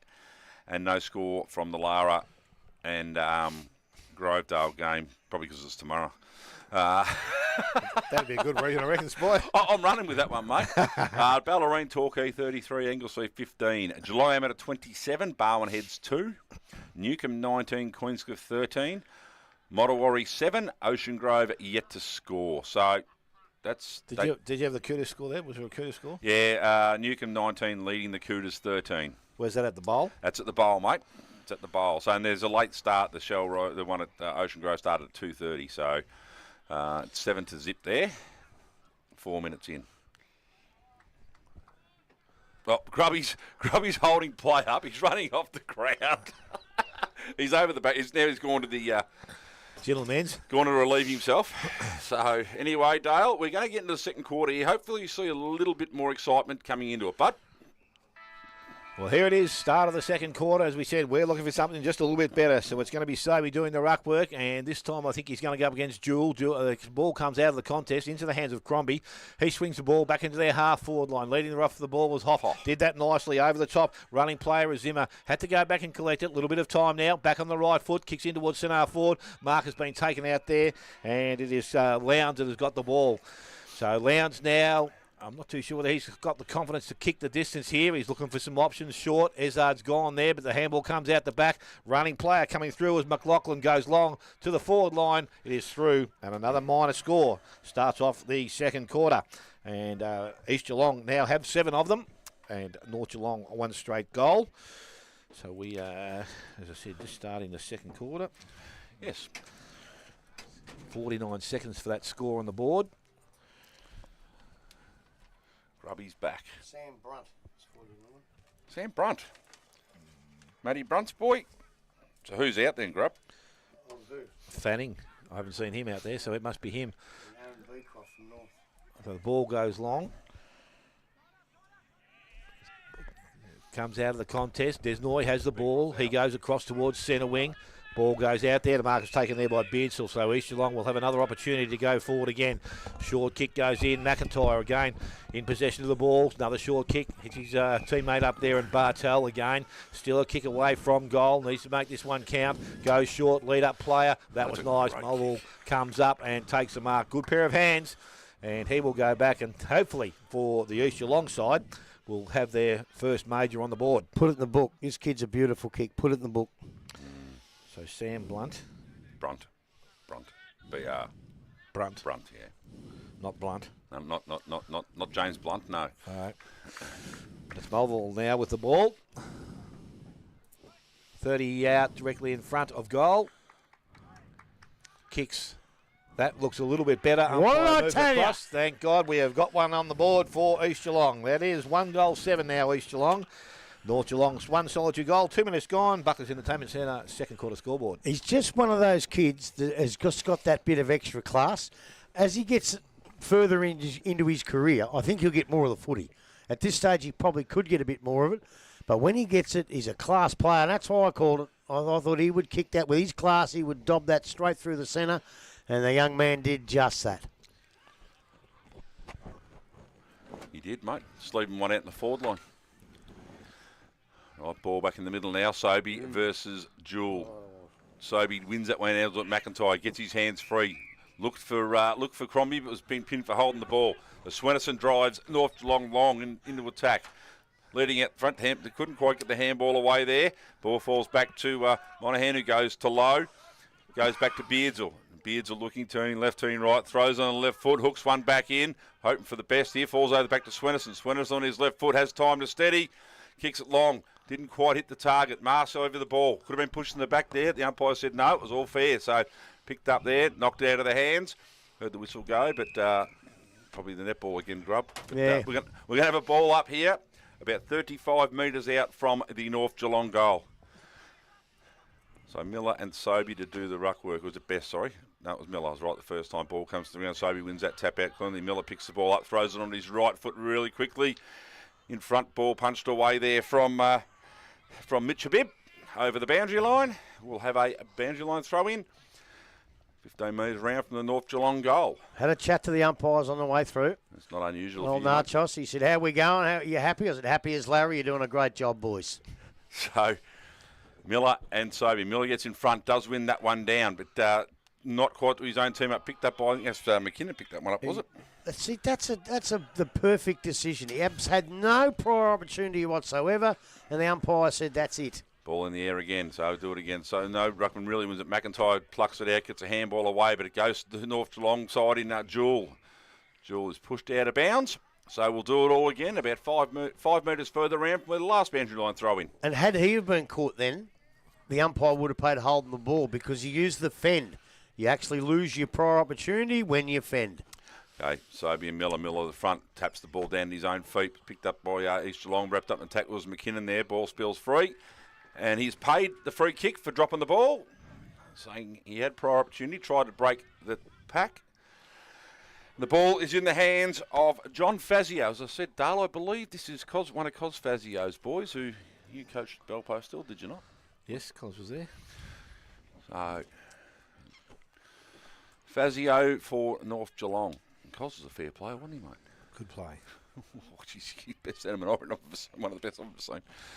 So Fazio, to put North Geelong back in front, comes in, kicking from about 35 on a 45-degree angle, stabs at it a little bit, but has done the job.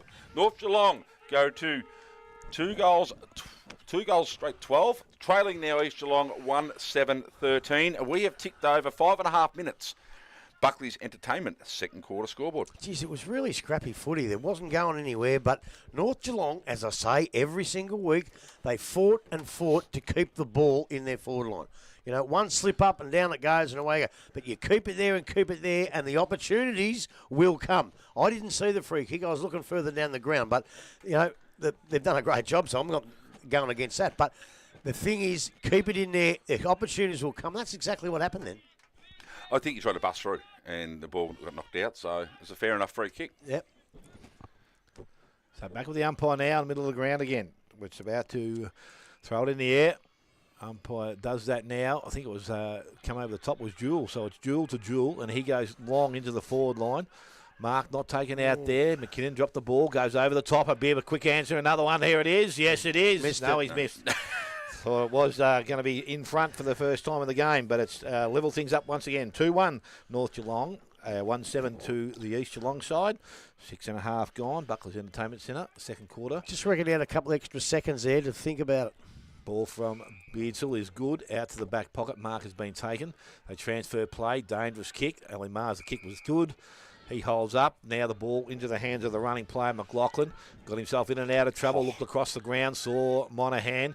Kick. Didn't hit the target because he's got plenty of time and some space now to pick the ball up. He delivers the ball into the half-forward line. Ezard out the back. He hasn't been able to pluck one yet. Sooner they're going to stick, the better. Ball from that contest goes out wide. Mulvall now on the left boot into the forward line. Nice-looking kick. Mr. Coach in Osselbrook couldn't pick the ball up. Sam Lowe goes after it. He's tackled, brought to the ground. No prior opportunity there. Umpire will ball it up inside 50.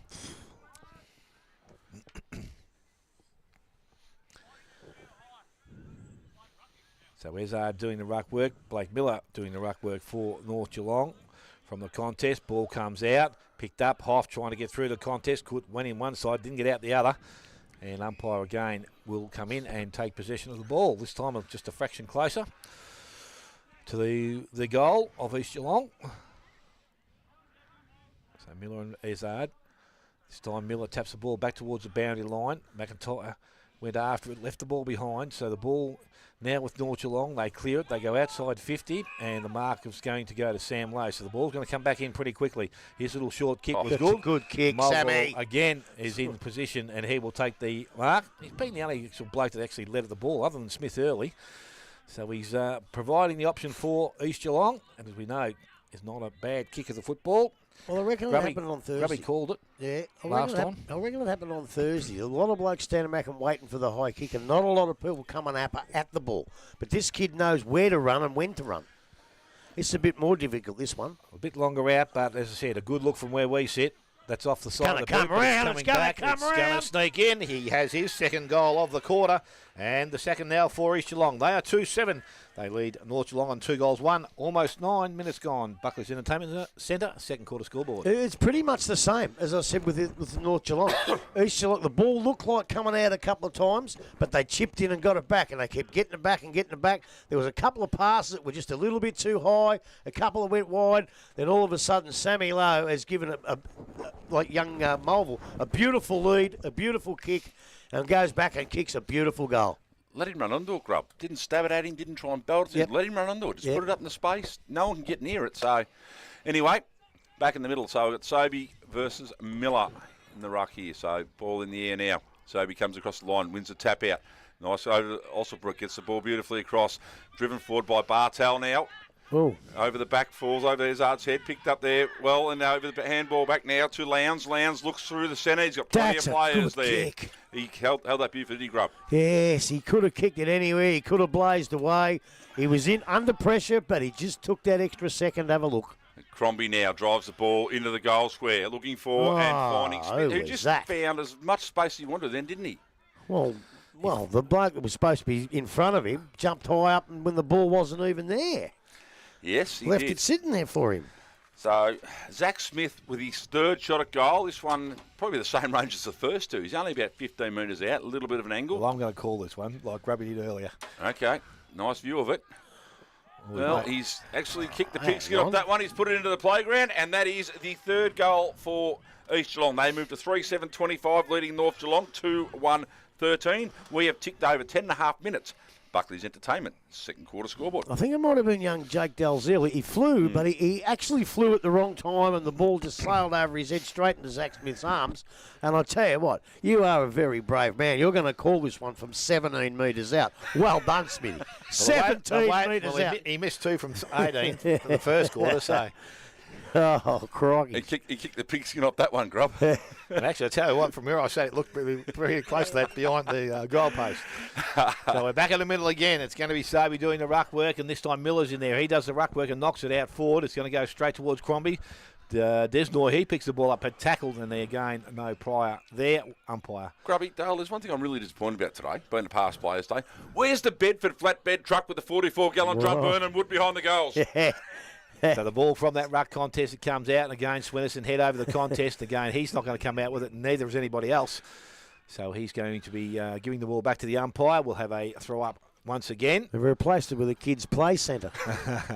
That's to keep all the ones out of there, I think. That's a good choice there. So the handball went out quickly, back into the hands now of Crombie. He looks up and goes towards centre half forward. Kick wasn't great. The mark has been taken out there by Andrews. So Andrews now from centre half back goes short. That kick's okay into Charlie Smith. And he's got the running player beside him again. It goes back into the hands of Andrew. Looks up towards the centre forward position. Wasn't a great. Oh, big fella. Great pick up, big fella. Below your knees, if you don't mind. Goes back towards Ezard. He picks the ball up. Got a little handball outside to Hoff. Hoff goes inside to King. King looks towards centre half forward. Ball gets over the back, and the mark has been taken there by Reynolds. Handballs and goes on. Henderson. He's got himself into a little bit of trouble now, but he's got himself out. They've moved the ball pretty well. It goes back towards Reynolds. Reynolds goes back further, and the kick, that was pretty ordinary. And that was by Cleary. Ball goes over the boundary line and out on the full free kick to the East Geelong side. So the ball back now in the hands of McLaughlin. They said they like to have the ball in this guy's hands. He runs and carries, and he's looking at his options. Hasn't seen one yet, but so he just decides to go long and into the forward line. Mulville gets out the back, couldn't take the mark. It's going level. It's only been picked up. I think that might have been Lowndes, but he didn't take the ball with him. So North Geelong, a little bit of presence down there. They've been able to take the ball.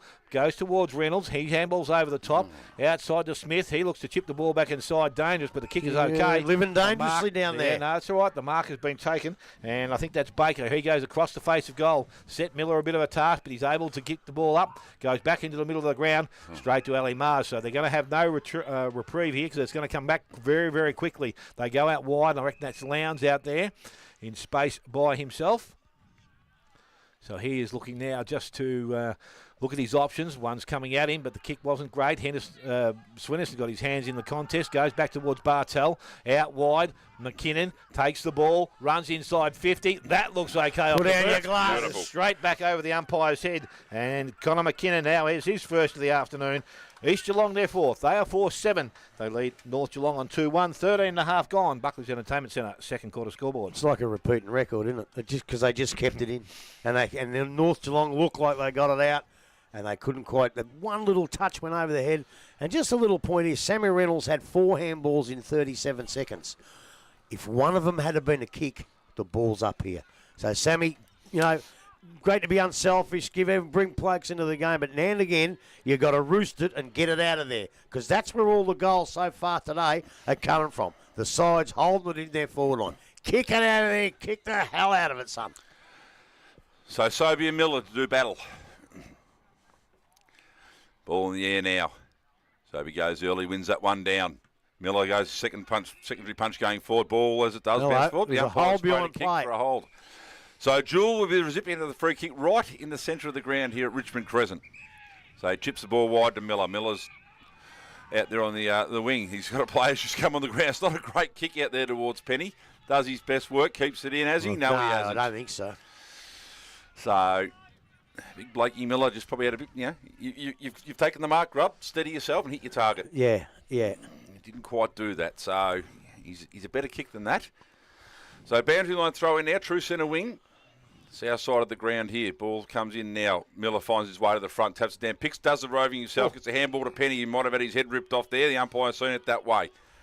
So Noah Penny, wearing the famous number 5, drives North Geelong forward. McLaughlin in front, may have got a shove at the back. The umpire didn't say that was happening, so ball in, quick handballs out. Oswald does very, very well there to knock the ball free. Goes to Lowe. Lowe goes... Hello. There's a free kick back behind play again. Throw, but look what he's saying here. And it's just as Ali Marshall's about to run away and set up another attack. The ball has found its way back into the hands of Blake Miller. I think Juanito Ramos was trying to claim that one, Dale. As you do when you're a forward, don't you? Why not, mate? Any chance? Get your name in the paper Monday morning. Again, the free kick was paid like a little bit afterwards, so I was actually watching a bit where the ball had gone. It was either late or something else had happened where they grabbed hold of him. I don't know. Anyway, Blake Miller now to kick at the third one for North Geelong.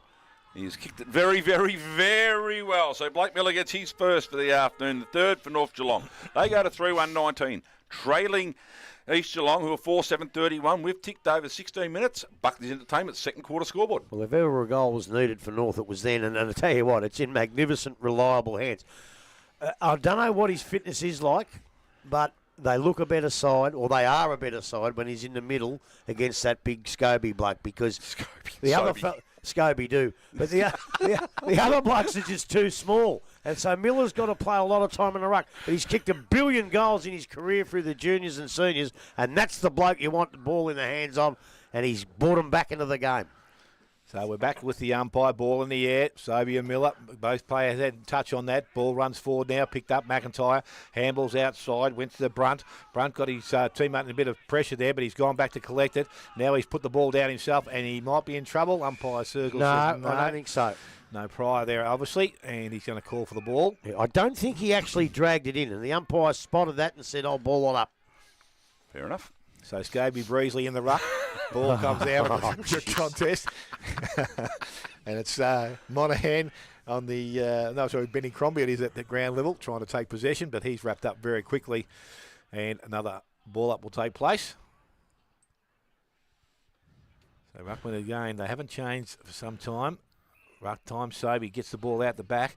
Went towards Henderson, tried to run through the contest. He was tackled. Umpire says, this time, mate, you might have had a prior opportunity. Free kick going to East Geelong. Looks like Gemmell now with the ball on the just sort of centre-half back. He goes back into the middle. That's a nice kick into Sam Lowe. Gee, Sam Lowe put that down. Sam King was there, but Sam Reynolds ended up with it. So a lot of Sams in there. The ball goes into the half-forward line, and Desnoy takes the mark. No, he didn't. He put it down as well. He gets out of the contest now on the left boot, goes into the forward line. Best by himself. Just needs to kick the goal and spins around and has missed. Has missed. Great opportunity there for the North Geelong side, but they now move to 3-2. Trailing East Geelong 4-7. 18 minutes gone. Buckley's Entertainment Centre, second quarter scoreboard. So Mars from North Geelong to bring the ball in. Looking to go to the opposite side where we wanted to go, Dale. But kick is very, very effective. There's a Beards with the ball now. Drives the ball long down the line. Pack flies. Ball hits the ground. McIntyre comes through. May have been legged there. The umpire said, no, play on. And has come in now and said it will have a bounce. Or a throw. Like a bounce. Good to bring back. So ball in the air now. No one particularly wins that one down, but it finds... Ooh, that's in the back, I would have thought. Yes, it will be. And probably... Oh, no, he's paid drop on the ball anyway.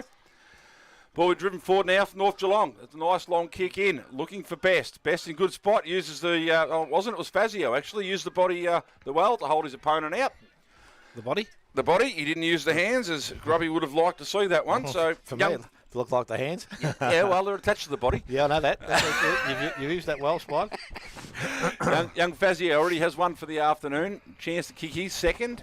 And the fourth for North Geelong to bring this game even closer. So Fazio kicking from about 25 out on probably possibly a 45-degree angle, maybe a little bit worse. Coming in now. So little skip, hop, skip and a jump. Drops the ball onto the boot. Goal umpire does not move, and that is his second for the afternoon. That is the fourth for North Geelong. They are 4-2-26, trailing East Geelong, who are 4-7-31. We have gone 20 minutes. Buckley's Entertainment, second quarter scoreboard. When we have another game where straight kicking is keeping sides in the game, because in that first quarter, I suppose, East Geelong didn't kick very well, but they've kicked a little bit better in the second half. But North Geelong, they've kicked very, very straight. That kid, I think he's kicked 2 goals from almost the exact same position. Miller, a good goal. And, well, of course, Habib kicked a freak of a goal. But, look, good kicking's good football, and that's what's keeping North Geelong in this game of footy. So Ezard in the ruck now against Miller. Ezard wins it one in his own head and then wins the ball back, kicks the ball forward. Mark's built there. So Reynolds has put that one down. And King has run through. What a lovely lead and what an even better kick. Finds Lowndes. Lowndes now 45 out from his own goal for East Geelong. Looking at options. Goes long towards the goal square. Goes over the back, falls down the back, lands in the hands of King, gets a handball across. Mulville overruns the ball, goes back second time. King gets it, gets a handball out to Hoff, who kicks it straight up in the air. The ball is touched and will go over the boundary line for a throw-in. Geez, you'd like to have that one back again, Sammy Reynolds. Probably, yeah. It's Could have been nearly kicked to King there. I thought he was grabbed by the leg there. Well, I was going to yell out, legged him, because that's what I thought too. It looks like Mulville's going to do the ruck work here against Miller. That might be a little bit of a mismatch, but Miller does win that one down. Picked up by King. He breaks the first tackle, throws the ball on the boot, smothered by Miller. Ooh, wrapped up in a tackle there. Yeah, unpaid too high by the umpire, not controlling the play. So East Geelong will now have a chance to get one back. I think North Geelong have kicked the last 2 or 3. 3 votes. Probably in the hands of the bloke you want to kick the goal for, and Captain McIntyre. I think he's changed his last name to Smith, hasn't he? With a Y. With a Y. So John McIntyre, 15 metres out, 20-degree angle, puts it on the boot and has missed it. Missed. It's hard to tell, but I reckon it come round back behind the post. Behind the post, yep. So 4 goals, 8 now, 32. East Geelong leading North Geelong. 4 goals, 2, 26. We've ticked over 22 minutes. Buckley's Entertainment, second quarter. Thought he was a bit stiff too. The umpire that was 5 metres from it, he saw him duck a little bit. Obviously, the other bloke 30 metres away didn't. So Reynolds does the kicking in duty. This time comes to our side of the ground, which we enjoy. Ball gets out the back of the contest, picked up there low, goes by hand to Beardsall. Beardsall along the boundary line. Missed his target because I think it went over the boundary line, and it's going to be a throw-in which will take place in between centre wing and half forward, back with East Geelong in attack. They got away. It's a bit of a break there early on, but North Geelong have been able to work their way back into this contest once again. Ball at the back. Sobey got the handball away. McIntyre through the contest nicely outside. Will go and use Gemmell. Gemmell goes further afield. This time it's Zimmer. Has time to steady, go back towards goal, and he can't find it either. His second minor score of the afternoon, and 4-9 now to East Geelong. 4-2 North Geelong, 23 gone. Buckley's Entertainment Centre second quarter scoreboard. I tell you what, it must be that deep in the quarter too, because I'm getting hungry. So Sammy Reynolds is going to do some more kicking in duty. He's going to change direction this time. He's going to go clubroom side of the ground. Oh, good great work smother there from Smith. So Reynolds under a little bit of pressure now, has to go back and collect it. Ball comes out. And I think the Lowndes might have been held into the hands of Mulville. Goes back towards goal. He's going to make him pay. And Austin Mulville has got his third of the afternoon and third for the quarter. They move now to 5-9. They lead North Geelong on 4 goals 2. We have gone 24. Buckley's Entertainment Centre second quarter scoreboard. Wow, Sammy's a couple of mistakes there. It's cost him 1 goal 1 at the moment. But I was actually watching the umpire. He hadn't called play on. And then when he got smothered, then he called play on. So it could well have been 50. Because he actually hadn't played on. Obviously, to smother and smother the ball, you're not standing. But I just can't quite really. He may have called play on and then play on again. But it could have been 50, could have gone the other way. So Sobey and Miller. Miller wins that one down towards Desnoy. Desnoy does very, very well. Takes the ball out, comes out here beautifully to Wickham. Wickham now looking forward down the ground. It's a great kick. Spilt by Jules, so Jules. Pressure back on. Well done by Lolo. Gets a handball over the top looking for Beardsall, but runs out of room here over the boundary line. We'll have a throw in on our side of the ground, Dale, which is always good. Half forward for North Geelong. So Miller and Sobey to go at it again. Miller takes front spot, wins the tap down. McIntyre does well to tap the ball back. Sacks on the mill. Blake Miller, he's just forcing his way through. Well, He could have given away in the back, I would have thought. Well, that's the third one in that play. Yeah. He fell into their backs. Blake. Yeah, so Osselbrook for East Geelong now. Goes short, comes out to Beardsall. So Jack Beardsall about 15 metres in advance of where we started from. All right, he's been called to play on now, so goes in short. It's a lovely kick to Crombie. Crombie now on true centre wing. Goes short again. They're running around here at the moment. So Simons has the ball now for East Geelong. Fein to go short. It's gone long. Ball's been touched off the boot, so free to play as we go. Mulville picks the ball up. Handballs the ball back towards Osselbrook, but it's picked up by Reynolds. Reynolds, a great smother there. Ball falls into the hands of Ossobrook again. Gets the handball across. The umpire said it stayed in, and so second option there by McIntyre. He's had 2 goes at it, moves it forward. Wrapped up in a tackle there by Smith, going nowhere. Umpire will come in and ball it up. So 15 metres round from the East Geelong goal here. We've ticked over 26 minutes. Buckley's Entertainment's second quarter scoreboard here at Richmond Crescent. So the ball in the air. Miller wins that one down quite convincingly. Reynolds runs on and picks it up, trying to get a handball away. Umpire, what's he going to do? He says, you've had prior opportunity there, and has pinned him. That was Kai Henderson, I reckon. Henderson, yeah, I think you're right, Mutters. Yeah, it was. It was. So, got to give Sam a break. So, yeah, he's probably right. So 3 votes McIntyre to have another shot at goal. Johnny McIntyre, a little bit further out than the last one. Well, he's playing a lot better than he did the last time I saw him, I can tell you. Well, I reckon he is, honestly. I didn't think he played that well the first time, but I don't know whether that was a free kick or not either, just quietly. Anyway, McIntyre now comes in on that trusty left foot. Same as done the same again. Exactly the same. Didn't learn from his last one. So another minor score to East Geelong. They moved to 5-10-40, leading Bannockburn at 4-2-26. 27 ticked over. That'd be in North Geelong. That's right, Spike. We'll catch up, mate. We don't know what day it is on Thursday, so I don't know what Thursday we're going to get worse. So it's going to be pinged in now from the fullback position. It's Cleary. He's going to go long and outside. Blake Miller in front. He didn't go for the mark. The ball went over his head. Free. And it's going to be knocked over by Sobey. Ball will be thrown back in. Right on the point. I'll duck the head and see if I can get a free kick, but the umpire was just too clever. So Sobey has done the ruck work pretty much unchanged for most of this game. Ball comes out of the contest, goes towards Desnoy, trying to get the handball away. Ball went over the boundary line and a throw in. Look, the big bodies. Hey?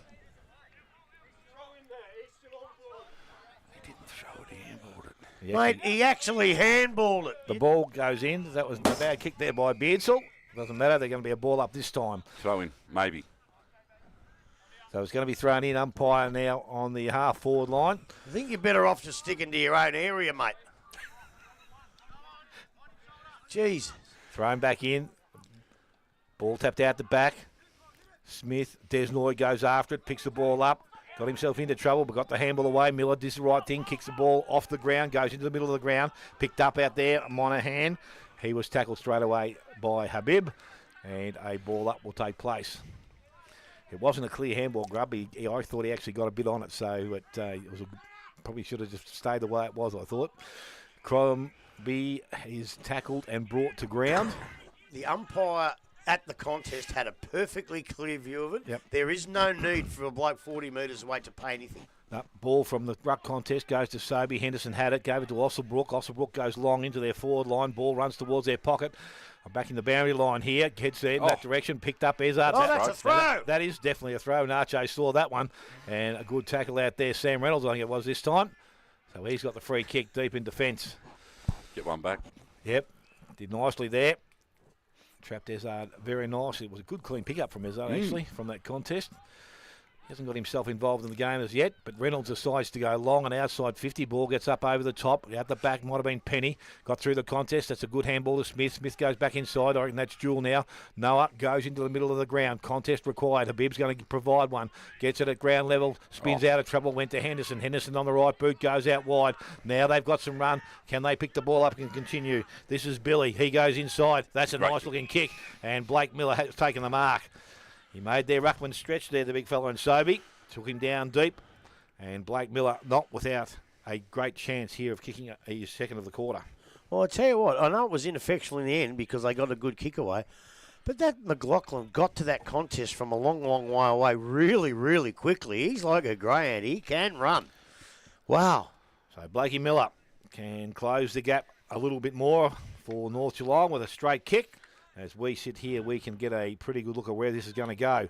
Looks very nice off the boot. Does it hold its line? Has it got the distance? Yes to both. And it is going to be his second goal of the quarter and the fifth for North Geelong. They move to 5 goals too. They trail East Geelong on 5-10, and we've ticked over 30 minutes. Buckley's Entertainment Centre, second quarter scoreboard. He's a changed man. He's a changed player, Blake. I know he was a really good junior, and he played a couple of good years. He went out to Bannockburn and I'm not going to pull any punches. He was too fat. Yeah, And- time off, didn't he? Yeah, and he gave it Struggled to get away. back. He's come back. He looks fit. Ever since he's been in the ruck, he's won the ruck. He's kicked 2 goals, and he's in my best players at the moment. I think he's been, and he's having the biggest go I've ever seen him have. So he's actually turned the corner, bit the bullet, and said, maybe I'm not going to play for too much longer. I'm going to do it well while I'm here. So Sobey and Miller in the ruck. Sobey holds him out, just wins the tap down to Osselbrook. He was held without the ball, was he? Yes, he was. So he gets the handball away. Crombie now driving East Geelong forward again, looking for Ezard. He does it the height advantage here. He gets protects the space very, very well. Grubby, you were asking for an effort? Yeah. And Yeah, I you've got was. He's probably a couple of times gone at the ball one-handed and all that. But look, he's a good player. And he's the bloke, especially when Watson Searle comes back, he's the good big player they need for Watson Searle and Zach Smith to feed off. So he's got to be more competitive, and he was very competitive that time. They're very dangerous with him and Cam in the forward line too, aren't they? Him and who? Well, it Leave would me be alone. if he got a clearance to Leave Thompson. me alone at Hey, the if he moment. went to Thompson, Yeah. it would be. Ezard comes in. We had a good view of this one. He's held its line. Nah. I know what I was talking about. That just popped into my head. It's kicked a minor score. I'm just going to give it up and go home. I need to get some sleep. Oh, I think it was O'Leary you were looking for, wasn't it? 5:11. Now, East Geelong. What about me? I'm stuck with 2 Smithies in the commentary You box. are. You're doing well today, aren't you? Sammy Reynolds, he decides he's going to play on and go quickly. Clubroom side, ball gets out the back. East Geelong had the numbers out the back, but it's going to end up with North Geelong. Best fends off, goes on the left boot, delivers the ball back towards Whistle gone. high fend off, was it? So it's going to come back. I don't know whether we'll get too much out of this quarter. We've gone 32. McIntyre might need to get the ball and move quickly. One big. That's a 50, is it? Well, that's Now they'll get something out of That's it. a bit silly at this stage of the game. So that'll take him to about 20 metres out from goal. So McIntyre's had a couple of shots. Maybe on the right side for a left footer this time. Hopefully. Yeah, I sort of have a snooze. So he's going to be shooting from about a little bit further out than I thought. Now he's getting another one, is he? Well, looks like you won't miss now, Dale. Gee, I hope they got the same rules. Now he's been... Oh, I thought they were going to report him then. I hope they got the same rules as Cryer, mate. There might be a couple of baseball heads explained. Yeah. Yeah. We'll try and Anyway, address. McIntyre waltzes in. He gets his first of the afternoon after a 100-metre penalty.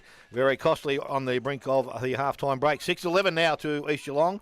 5-2 North Geelong. 33 minutes gone. Buckley's Entertainment Centre. Sure that's Cogsy not sitting in the box over there? No, it's KO. Okay. They're going well, so he keeps his finger off the button. It's too hard to break up that because the ball was down the ground, and we all looked down the ground, and then the umpires plucked a free kick, again, obviously a bit late. So we don't see the free kick, but that doesn't matter. Pick a free kick, that's the umpire's job. But the next 2 50s matter. The first one gives him a real chance, the second one says, good night, Irene. Undisciplined. That was the shortest siren ever. He didn't want to push it, did he? He slipped off, I think. Yeah. All right, so goal kickers at this stage of the game. We have Austin Mullival with 3 in the quarter. And, well, actually, all East Geelong goals win that quarter. So he has 3. Smith has 1, McKinnon 1, and McIntyre has 1. And for the North Geelong side, 2 to Blake Miller in that quarter. Fazio with 2 also. And Mitch Abib has another solitary goal. Going to take a short break. We'll come back. Hopefully, it scores from around the grounds, and we'll let you know how it's all going. But you're listening to 94.7 The Pulse, your home of local football.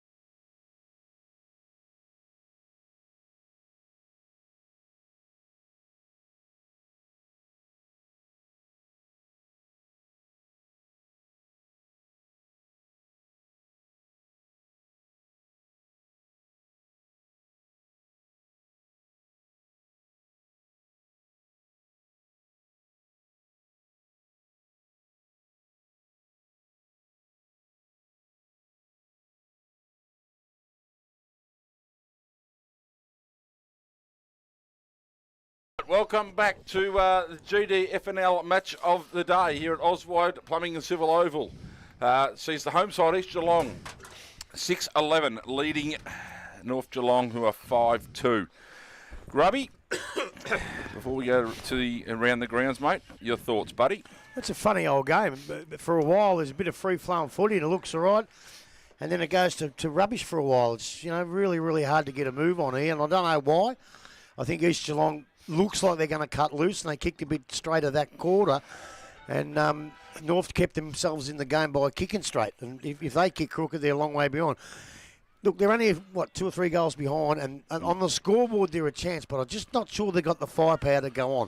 Look, some really, really good players in that quarter, although it was really hard to pick them out. This is going to be tough. I'll go for McIntyre at the moment, because Smithy will. I thought McKinnon did a couple of things. It's hard to say. No, there wasn't that many good players at all, actually.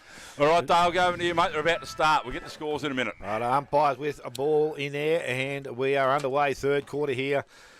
And it's Blake Miller that gets the first tap out. It's into the hands now of Benny Crombie. He's tackled, brought to ground, and we will going to have the umpire start the game again with a throw up in the way. He's doing that now. Miller, a little bit of strength, but it's tapped out there. Sobey did that nicely.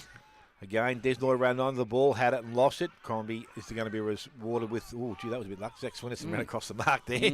He didn't go around, but it's let to go by the umpire. Kicks out wide. Ezard out in front. Good. Yes, better hands there. Not going to take too many blokes would spoil that from that point. He now goes short into the forward line. That's also another good kick, and the mark has been taken out there, and Hoffert is, I think. And he's going to go back and look at his, first goal for the afternoon. Yep. Round the grounds, mate, while he's lined up. Belpost still 63, Werribee 32. Anarchy 62, lead West Giants 5 behind. Belmont 67, Thompson 23. Winch 58, Corio 40. So he walks in now, kicks from 50. Distance off the boot is okay, is it? It's touched on the line and through for a minor score. So they move now East Geelong to 6-12, 5-2 to North Geelong. Just over a minute played, third quarter. Grubby's getting the gossip from Werribee. So ball coming in now. Cleary, it is going to do the kicking in duty from the fullback position. He runs and carries and goes out wide. Kick's going to go as far as Lee. Couldn't take the mark. Henderson had it, and he gave the ball by a handball back to Swinnerson. A little quick foot goes to the half forward line. To centre wing. Good mark there from Best, who's come up from attack, and he can go back and put North Geelong deeper into attack. Goes towards a bib. Target there. Lee was back there. Ball comes to ground. Picked up out there by Fazio. He drops the ball. Umpire agrees. Tackle so do I. Was going to go, and Tim Lee will be the recipient of the free kick. So just inside their defensive 50. He's going to look to transfer play. Goes short. McIntyre in some space by himself. She thought he'd taken a couple of steps. He's been called to do so by the umpire now. On the right boot, he goes out wide to McLaughlin, and he's got the ball. He's going to go short. And to Bartel. They've got runners out everywhere here. Just need to get the ball moving. You can see he's a player at the centre half forward position. Hoff goes in that direction. Good spoil there. Swinnerson. Ball comes to ground. North Geelong now with an opportunity. Through Andrews. Sits on the ground. Picked up out there. It's going to end up with Ali Mars. Goes back inside.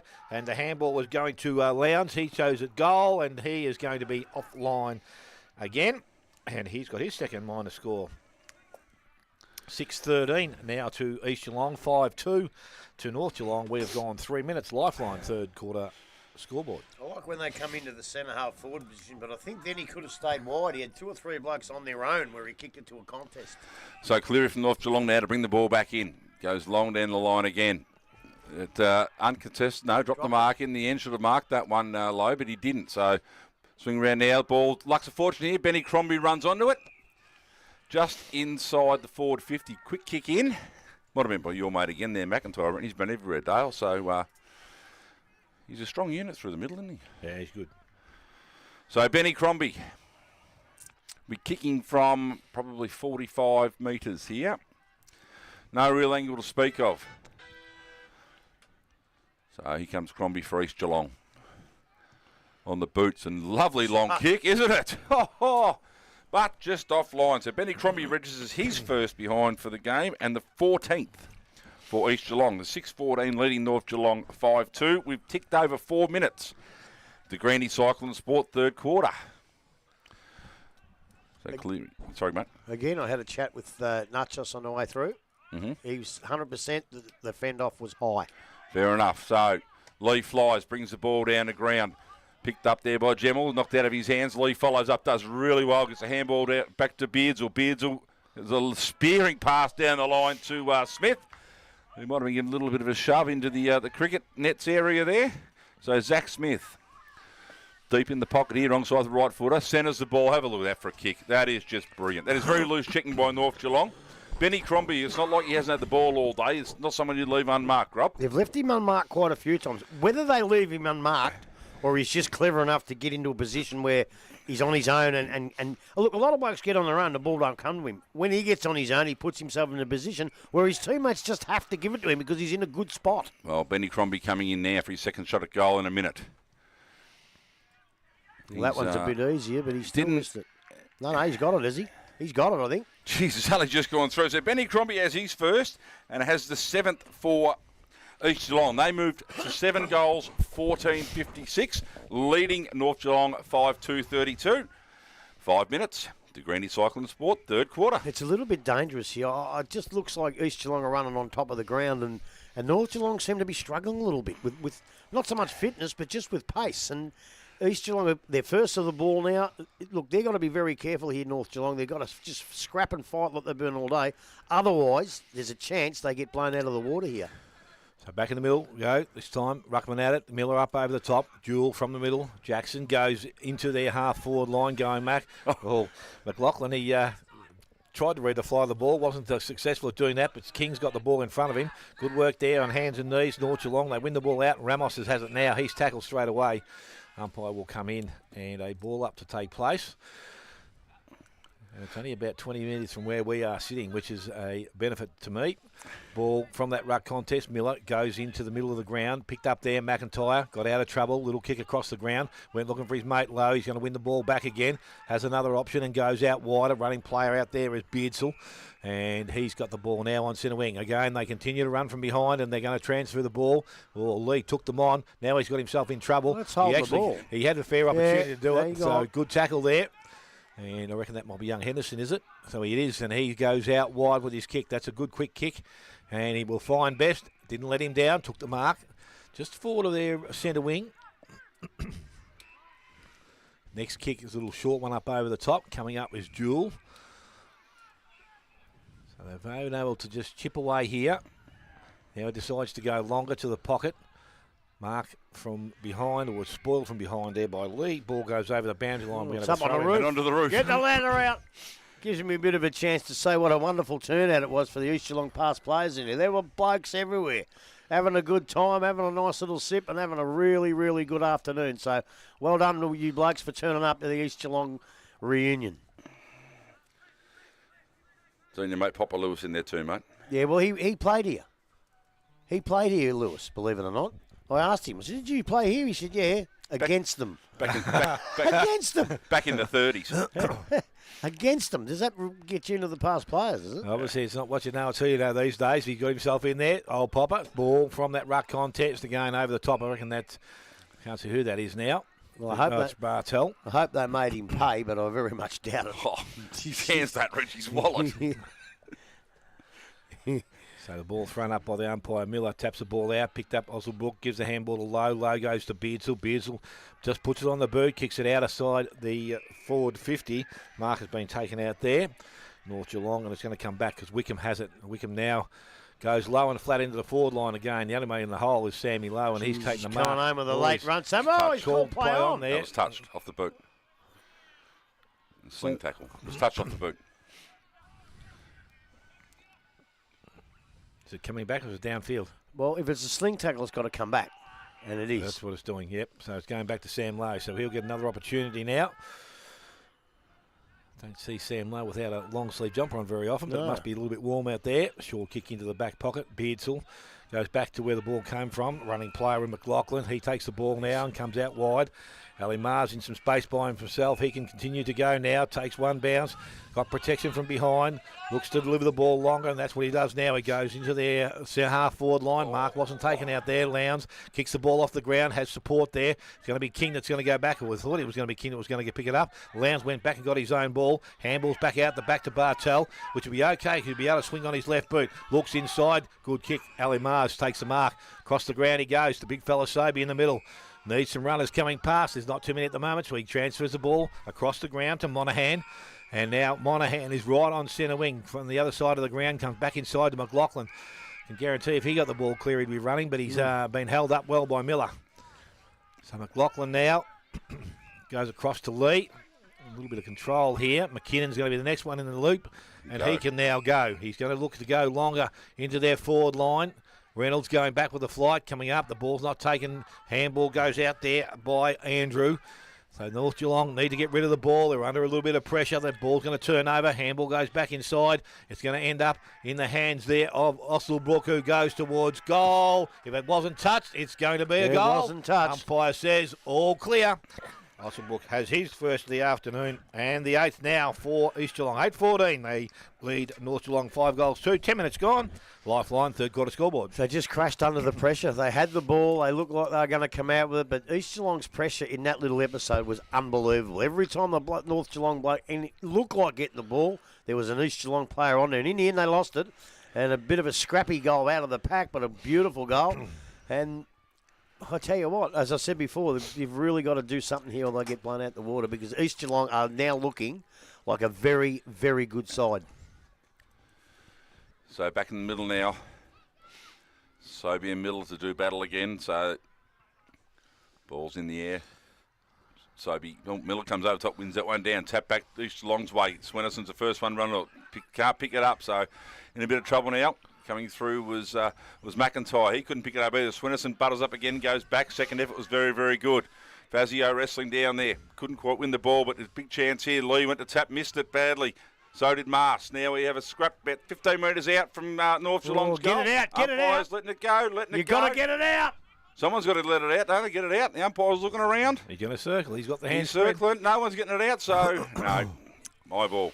Let it go for a while. How long's he going to leave it in there? You just come in and ball it up before someone gets an accidental kick in the head or whatever. It can happen. So ball in the air, 15 metres out. Tap down there, coming through, quick handball out to Monaghan. Monaghan's tackled immediately, brought to ground. What's the umpire said? High. Thanks, Tyler. I think I'll just go home and put Tyler in here. No worries. Why not? It's easy. He's watching the game, so Monaghan now just chips out wide, maintaining possession.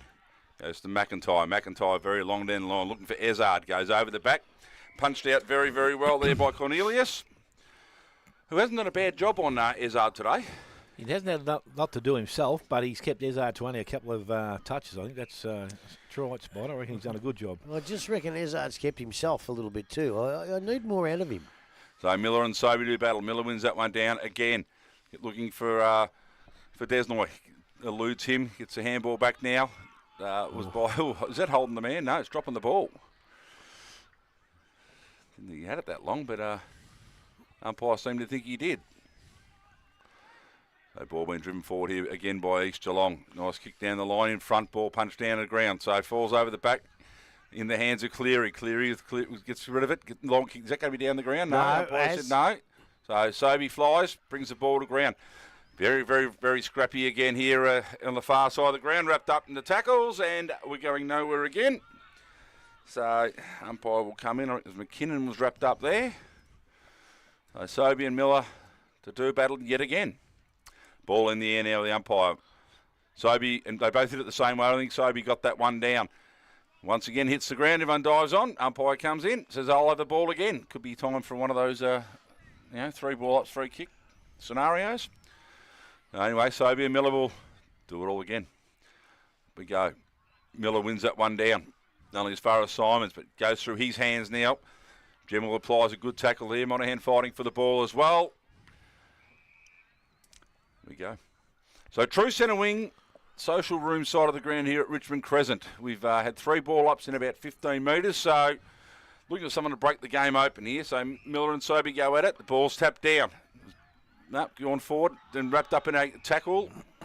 And the umpire has said that's holding the ball. So was that Bartel laying on the bottom of that pack? No, it was Osselbrook. So straight away, Desnoy goes down the line. It's a great kick too. Finds Jewel. So Jewel for North Geelong has big chance driving him forward again. Not a lot of movement, so he comes in short looking for Habib. Puts the hands up, can't quite take the mark, can't finish it off. Handball over by Bartel. Chopped off. Back in the middle here to Smith. Smith gets a quick handball away. Goes to McLaughlin. He overruns the ball. Ball spills out free, looking for Reynolds. Reynolds now picks up, chips the ball out wide, looking for Smith again. He does very, very well to trap it. Gets a handball back now. Quick chip in was fantastically smothered. So Monahan drives forward. Smith in good position. No, ball's punched away. It's a down the ground free kick. That's Lowndes, actually. He looks like he's a bit sore too. So down the ground free kick will go to Zach Smith, who the man on the mark is standing on the 50-metre line. So Lowndes is still down. So Smith looking for some movement up forward. Doesn't get it. Decides to go long. Did that easy. Oh, he's looking for him to kick to. I don't know. He's kicked that 55 metres as Zach Smith. He gets his second. The 9th for East Geelong. 9-14, leading North Geelong 5-2. We've ticked over 15 minutes to Grandy Cycling Sport, third quarter. You just won't believe me. And I'm kicking myself for not saying it. And I know he was a long way out. When he got it, I thought, I was going to say, if he latches onto this, he'll kick this. But I never got to say it. But it was a beautiful, beautiful kick. Zach Smith does some things that you go, wow. And then he struggles for the while. Then he does another thing like that. Beautiful, beautiful kick, that. Unbelievable. But, again, a down-the-ground free kick from Hill Discipline. You don't need it when you're behind like this. You cannot afford to do that. So Sobey back in the ruck doing the work. Miller's also in there with him. Miller again over the top, went to Jewel. Tried to get the ball out. I thought Miller was going to take it out of his hand then, but he didn't let go. Umpire says, I'll have it back. Another ball up, which will take place. Going both ruckman, a little bit of hand on the ball there. Goes out to Bartel. Miller doing some work. Handball goes out to Mulville. Goes back inside to Bartel. Bartel now with a little bit of space. Goes out wide looking for Crombie. Ball gets over the back. Sam Lowe comes in to assist. He's tackled, brought to ground. And no prior opportunity there. And the umpire will come in and take possession once again. So just attacking side of centre wing for East Geelong once more. Sobey just did that nicely, pushed Miller under the ball, but it's going to be picked up there and cleared away by Penny. He goes round the boundary line, back to their half-forward line. Ball picks up out the back, goes to McLaughlin. He's got that little bit of spark, a little bit of dash, gets out of trouble, little short kicks, okay. Mulville goes back inside and he's continued to run. McLaughlin goes long into their forward line. Ezard in front, good spoil from behind. Ball comes towards Cleary. Ball is not picked up there. Thought his Hoff was going to pick it up, but he left it behind. Swenison had it. Now he tries to go back after it. Ezard taps it along the ground. North Geelong with the ball through. Jewel goes out the back. They win possession of the ball and they're going to be able to clear it through Cleary. He goes out wide. Ezard put his hand in there, just brought the ball to the ground. Now it's been tapped over the boundary line, and we're going to have a throw in. Game on at Belpost Hill. Apparently, wherever you kick the first 6 goals of the third quarter, the trail by 8 points. Ooh. They probably needed to. Well, yeah. Oh, yeah. What was that? Ball thrown back in. Out the back, Ezard. Gets the ball from that ruck contest, goes back to the centre forward position. Ball comes out the back. First to turn up is Lowndes. Lowndes kicked it off the ground, heads towards Smith in the pocket. Has some opposition there, but it's Crombie that picks the ball up. He had a fresh area then and missed it. The ball goes over the boundary line. We're going to have another throw in. 17.5 minutes gone. Lifeline third quarter scoreboard. It is 9-14. East Geelong 5-2. North Geelong. So, Ezard to go up. And he's going up against Jewel, by the look of it. Noah Jewel. So ball thrown in. Jewel works his way to the front, gets a fist to the ball. Straight in the pack. Ezard reaches forward, picks the ball up, wrapped up immediately. In a gang tackle by the North Geelong players, Cleary and Jewel. So we'll have a ball up now, exactly the same spot where the throw-in landed. So Jewel and Ezard. Ezard wins that one down. Convincingly, then it's handballed out. North Geelong clear the space. It's a 3-on-1 coming out here. So Desnoy will do very, very well, unfortunately. He's outmarked by Brunt.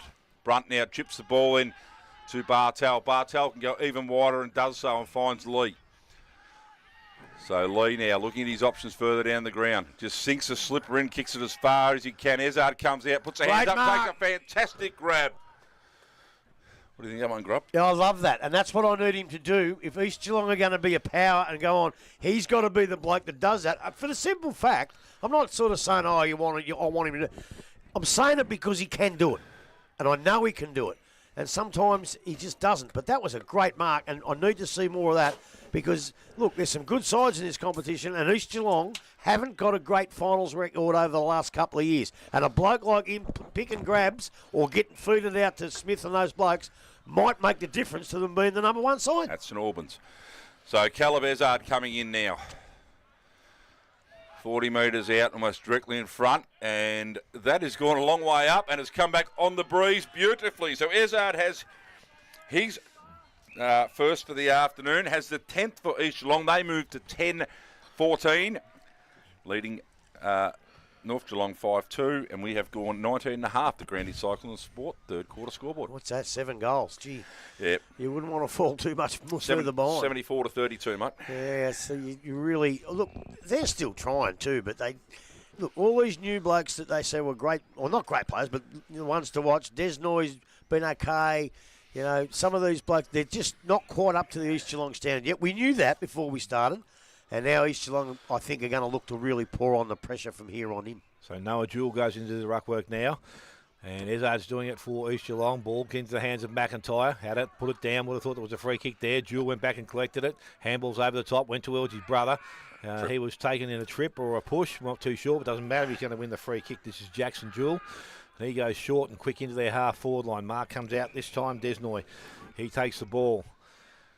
He looks pretty competent on either side of the body. He kicks right foot, goes long, this time in towards the goal square. Ball gets out the back. It's going to be cleared away.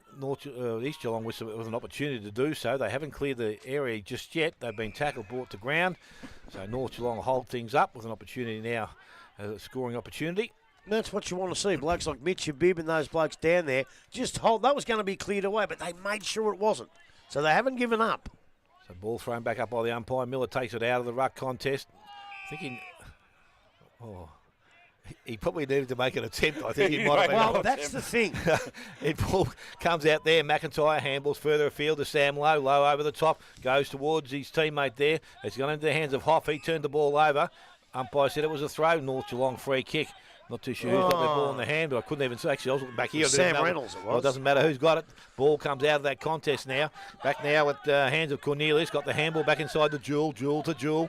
And now they go long back into their half-forward line. Blake Miller, he sits under the ball. Can't take the mark. Had a fair crack at it. It's taken away there by Lee, and he goes long and out of defence. But the ball will come back straight into the hands now of Cleary. So Cleary, he goes backwards. Kick has to be good, and was. And mark being taken out there by Dalziel. He just goes across the ground. Well, again, that was a dangerous kick, but his little mate Penny there has made it count. The ball goes into the hands of North Geelong. They're just mucking around with the ball. They're going to turn it over very quickly. Tackle is laid. No prior opportunity there. Umpire will come in. And a ball up will take place right on forward 50. I don't know whether they were mucking around with it. I think they were more fumbling it and just couldn't pick it up. You know, you've got to make them one grabs clear like East Geelong have been doing since quarter time. So the ball now thrown in the air. Jewell wins that contest. Ball comes out. Again, McIntyre ran onto the ball, was tackled. Ball comes out. Umpire said that's incorrect disposal. Desnoy, the tackler. Put him back he to will 2 be, votes. Yeah, just gone back a cog. But Desnoy now.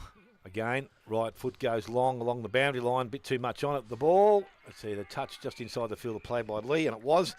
So we're going to have a throw-in which will take place centre wing, club room side of the ground. It's a funny one with Blake Miller back there. He took it out of the ruck, so he had no prior opportunity, but he just held it up. And I think in the rules there somewhere is that you have to make some sort of an attempt. Even if it's one of those pretend ones, he might have got away with it. But he made no attempt at all. Anyway, ball thrown back in now. Jewell gets to the front, wins the tap down. Only as far as McIntyre's wrapped up straight away. And we'll have a ball up. True centre wing here at Richmond Crescent. We're right in front of the East Geelong coaches box. So another ball up here. Ezard looks like he's doing the ruck work again. With Jewell, Ezard just grabs that one out of the ruck, throws the ball onto the boot, kicks into the forward 50. Nice looking kick. King picks the ball up. He's wrapped up in a tackle. Gets a quick handball away in the Crombie direction. Cut off here by Reynolds. Reynolds gets the handball out wide. Comes back towards Reynolds, but Crombie runs through, diving on the ball there. Yeah, he's dived on it. He might be in a bit of trouble for diving on the ball. No. The umpire said no prior opportunity. So, You know, you don't need any prior opportunity if you Jewel. dive on it. You know, if you dive on it, you have to get it out, and he didn't, and I think that was holding the ball. anyway. So, Jewel and Ezard to go at it again. Ball hits the deck. Free kick for shepherding paid here to Ezard by the look of it. So, Ezard from East Geelong to drive them deep into their forward 50 again. You're probably going to get that when your ruckman's about 6.5 inches shorter than the other bloke, aren't you? You've got to do something. Beardsall offers a lead coming in. Completely ill-directed kick. Lands in the hands of Fazio, who takes a fantastic relieving mark. Comes out wide here, almost in front of the commentary box to Cleary.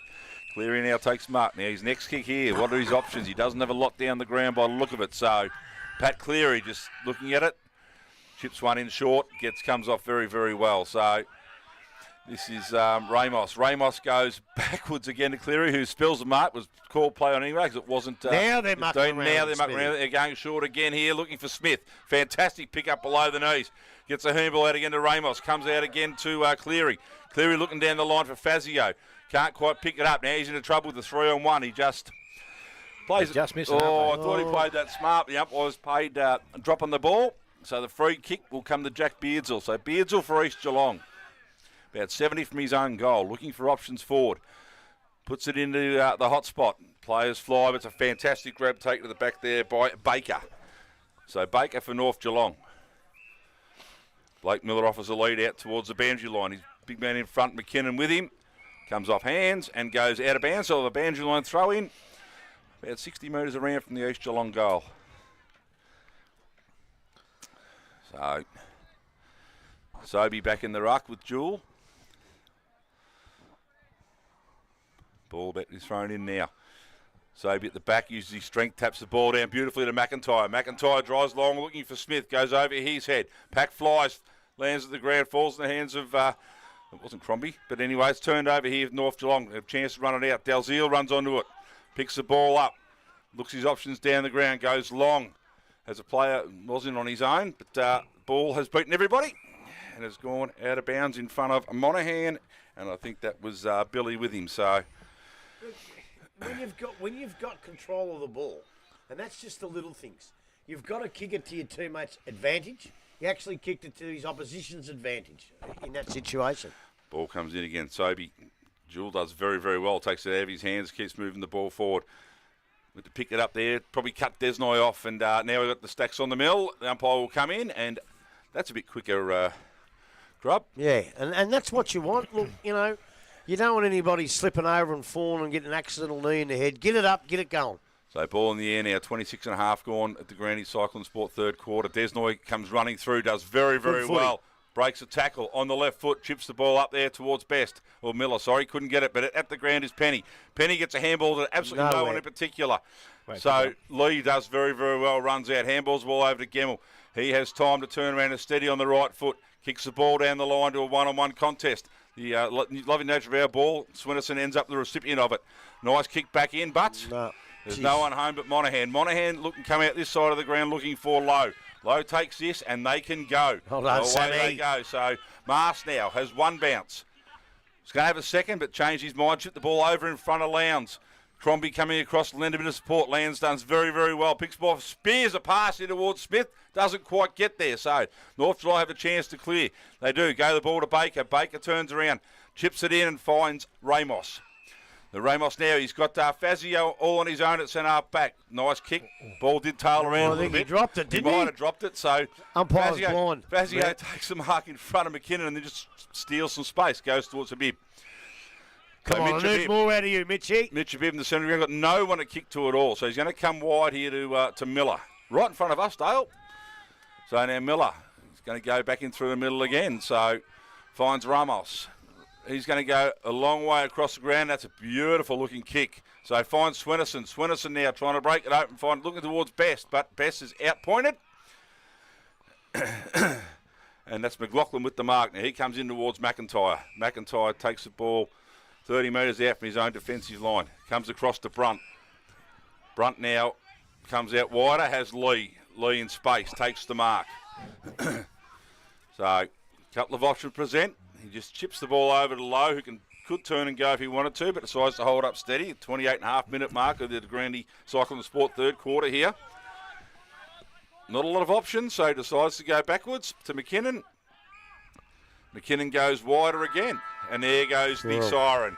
So we have East Geelong 10-14-74 leading North Geelong 5-2-32. Dale, some goal kickers, mate. Yeah, goal kickers for the home side. Mulville has 3, 2 to Zach Smith, 1 is to Crombie, McKinnon, Ezard, McIntyre and Osselbrook. And as it was at half time, their 5 goals are scored by Miller 2, Fazio 2, Habib 1. Take a short break, come back and we'll have some scores from around the other matches here this afternoon.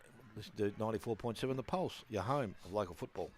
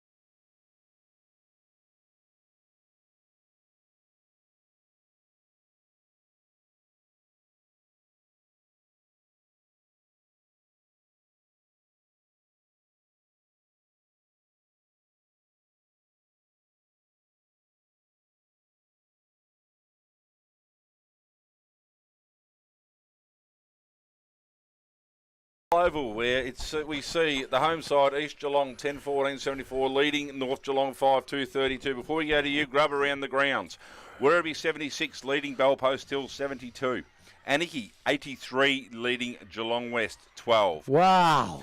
Belmont Lions 112 leading Thompson 38. Wow. Winchelsea 79 leading Corio 55. That is the result so far, Grub. What about Inverleigh and Bannockman? They're still going. It's 10 points Well, difference. they played the other Saturday. Well, that means today must be about Tuesday or Wednesday. No idea, mate. You know that. Only 2 days with another day off. Well, what do you say about that quarter? It was all East Geelong. North, they fought, they scrapped, but they just weren't good enough. The class prevailed, and they were just too good, East, and I think they can go on with it now. I reckon, they had a loss in the first round against Bellpost Hill, which we all didn't think could happen. And I tell you what, even the results today, it means we have got a magnificent competition. We've got the best competition in the world, I reckon. In the world. It is unbelievable. Anyone can beat anyone. Like Bellpost Hill's been flogging Centrals, although I know Centrals come back now, but there's still another quarter to go there. Anyone can win. Best players. You could pick nearly all of them in that quarter from East. They all did something. Beardsall runs out. Crombie's okay. Of course, I'm going to put Sammy Lowe in it, whether he's good or whether he's not. I like Harris Monaghan's game. I thought he's been pretty good. Zach Smith kicked a goal from 84 metres out, which was a magnificent kick. Izard just put his body in for a while and he went into the ruck and he's starting to come good a bit. You can't leave out McIntyre because he's just been terrific. Ossobrook kicked a nice goal. That got him up and going too. The boys, they really got behind their coach. And I think Lowndes has been pretty good all day. I don't know what you do with North Geelong in that quarter. Rory Desnoy tried pretty hard. Zachy Swennison's been okay. Yeah, Swenison I got down, and one of the Jewels, and maybe both of them, I don't know. The Jewel might get the one vote again today. He might. Combination of those. The Grosvenowski, the Brothers Award. Yeah, and I still think Blake Miller's winning the ruck. So, and they haven't got that many winners all over the ground. Maybe young Henderson and Cornelius is doing a good job down back. I just don't think they've got the class to come back here. I think East Geelong are too strong. And I just got to think there with all these close games, and we have close games every week, I just reckon it's about time East said, righto, we've got to jump away from the pack. And we want to win this game by 10 or 12 goals. And they're quite capable of doing it if they play the football that they played in that third quarter. I've had a request for the other scores. So Bell Park 77, North Shore 33, Leopold 58, Colac 41, Newtown and Chewell 116, St Albans 1 behind. No. St Mary's 77, West 34, and there is a game tomorrow. Over to the Ballerine quickly. We have Torquay 69, Anglesey 52, Amos 67, Bowenheads 38, Queenscliff 93, Newcombe 49, and Mottawarry 20. Mottawarry 55, leading Ocean Grove 25. And I think Mitchell went for Newcombe. I think Mitchell's on his way to the G, and he's probably bailed out from Thompson. Well, that's my mate texting me from the G. He's there now, Odgie. Just see if Mitch is there. Is he saving your seat or not? Hey, no. Every time he goes, we lose. He's been once. Well, that's all right. Let's have that form continues.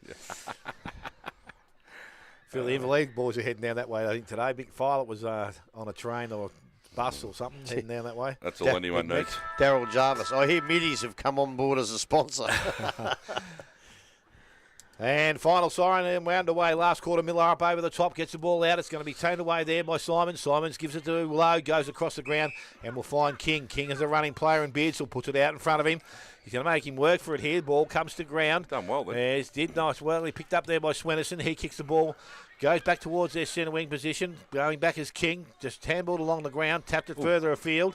Not too sure what Best has done, but he's hobbled out of that contest. Picked up out there, ball between his legs. McLaughlin gives the ball back to King. He tries a second kick out towards Beardsall. Ball goes over the top. McIntyre, my man, gets the ball along, and he gets it far enough, and it's picked up out there by Zimmer. A little bit of pace, goes into their forward line, but going back. Mark not taken out there. Cornelius handballs away. Baker, he goes back into the hands of Reynolds. Reynolds goes back further. They're taking the ball. They're keeping in control, but the kick wasn't good. Bartel swoops on the ball, tapped it further afield. Back to Zimmer. Over the top to Lowe from centre half forward. Looks up. Smith in front. Takes a mark. Yes, he does. Oh, that's a great kick. He's back in contention, Sammy!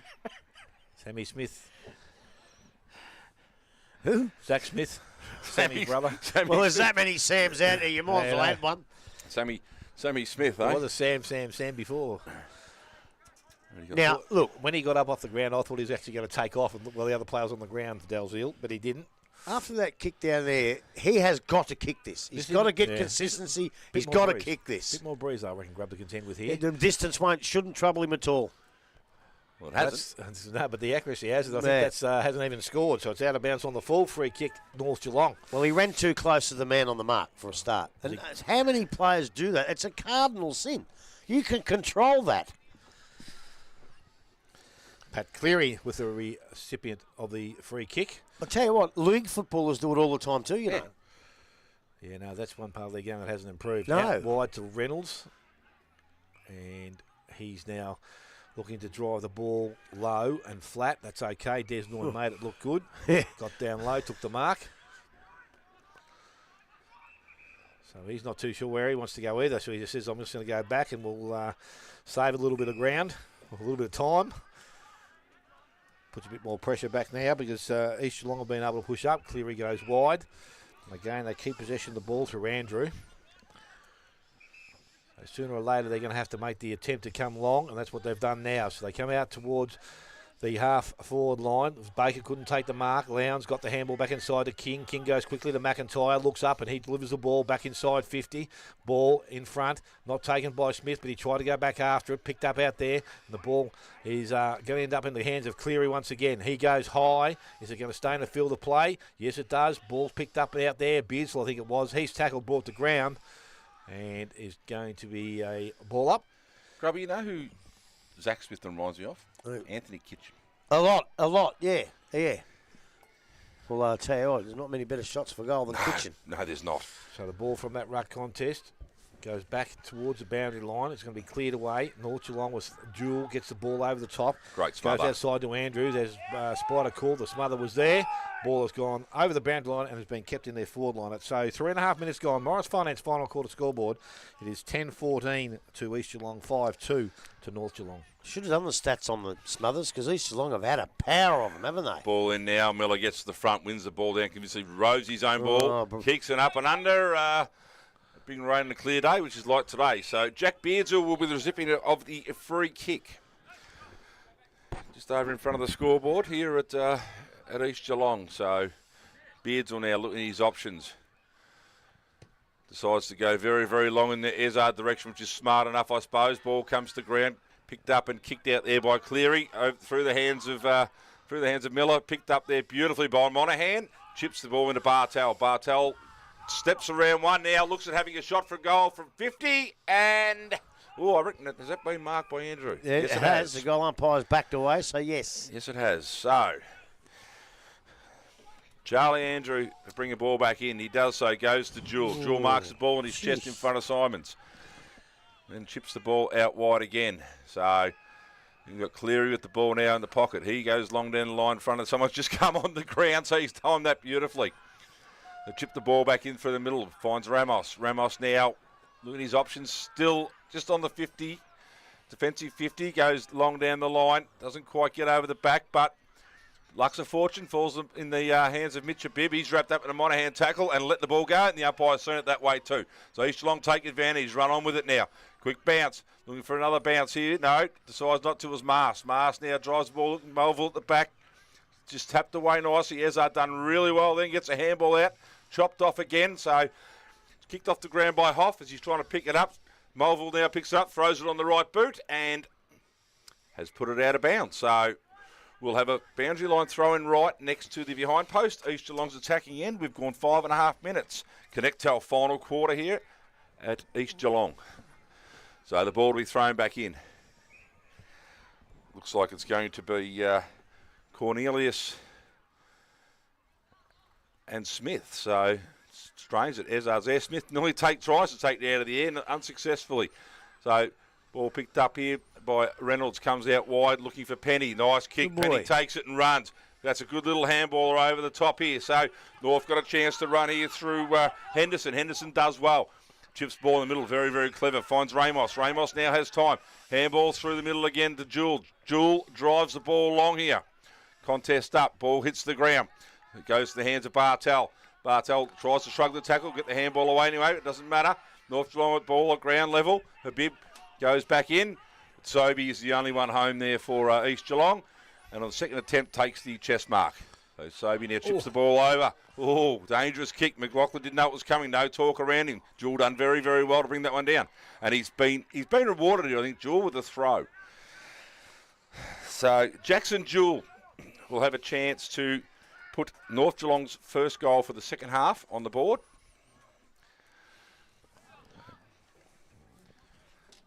He's probably kicking from about 30 out, 35 out, almost directly in front. So Jewell now for North Geelong. He's pushed it to the left a little bit. It's coming back on the breeze very, very nicely. And he has kicked a goal. So Jackson Jewell gets the 6th goal for North Geelong. They move to 6-2, trailing East Geelong, who are 10-14. We have ticked over 7 minutes. Connect our final quarter. It's just a couple of really nice bits of play from young Henderson out here, from Jewell. He was rewarded for spoiling that ball. Look, and they're trying pretty hard. But what I meant failed them. They've got to get the ball in quick. In that third quarter, when they weren't quick enough, East Geelong had like a press. And not only did they have every man covered, but they had 2 spares down there as well. And these poor buggers out here are thinking, where the hell am I going to kick it? And that's where East Geelong, obviously now, or have been for a long time, a very well coached side because they stick to their plans. So back in the middle we go once again. Sobey, it's doing the ruck work, but it's tapped out there by Jewell into the hands of Bartel. Got in and out of trouble, put the ball in towards the half-forward line. There was a good smother there from Reynolds. He trapped it nicely, but couldn't take clean possession. Picked up out there, goes back to Osselbrook. He looks around the corner. A little bit of elevation on it, but he's been... Free kick down the ground, I think. Yeah, a bit unfairly. The umpire. So free kick is going downstairs. So Mullival, he goes in short, and Zimmer, he will take the mark and go back and have an opportunity to respond to the North Geelong goal. About 35 to 40 metres out, almost directly in front. And to date, he has 2 behinds, so we won't say it's going to be a moral grub. No. I'm just a bit disappointed now. So Zimmer steps in, kicks that goal. That does look a bit better. Will it have the distance? Well done by Ezra on the line anyway. It is going to be a goal. He gets his first of the afternoon and the 11th now for East Geelong. They are 11-14. They lead North Geelong on 6 goals to 9 minutes. Approach Connectel final quarter scoreboard. Look, maybe I'm wrong. I'm going to watch the video first before I comment on that. It looked to me like he really tried to tackle him hard as he kicked the ball. It did not look like a down-the-ground free kick to me. And I'll watch it again. I know the umpires don't have the chance to do that, but, gee, I was a bit disappointed with that. I didn't think it was. But I'll tell you, if it was, I'll come up next week and say, good umpire, I was wrong. But I don't think I'll be doing that. So ball back in them now, Sobey versus Jewell. Sobey wins it and down as far as Desnoy. He overruns it. Jewell follows up, gets the ball back, throws a handball as far as King. King chips the ball across. I don't think it was aimed for Lee, but that's where it ended up. So Lee now has time to steady. Not the greatest kick ever. Puts it out in front of McLaughlin, who does very, very well. Looking at options now. Comes in the middle for Gemmell.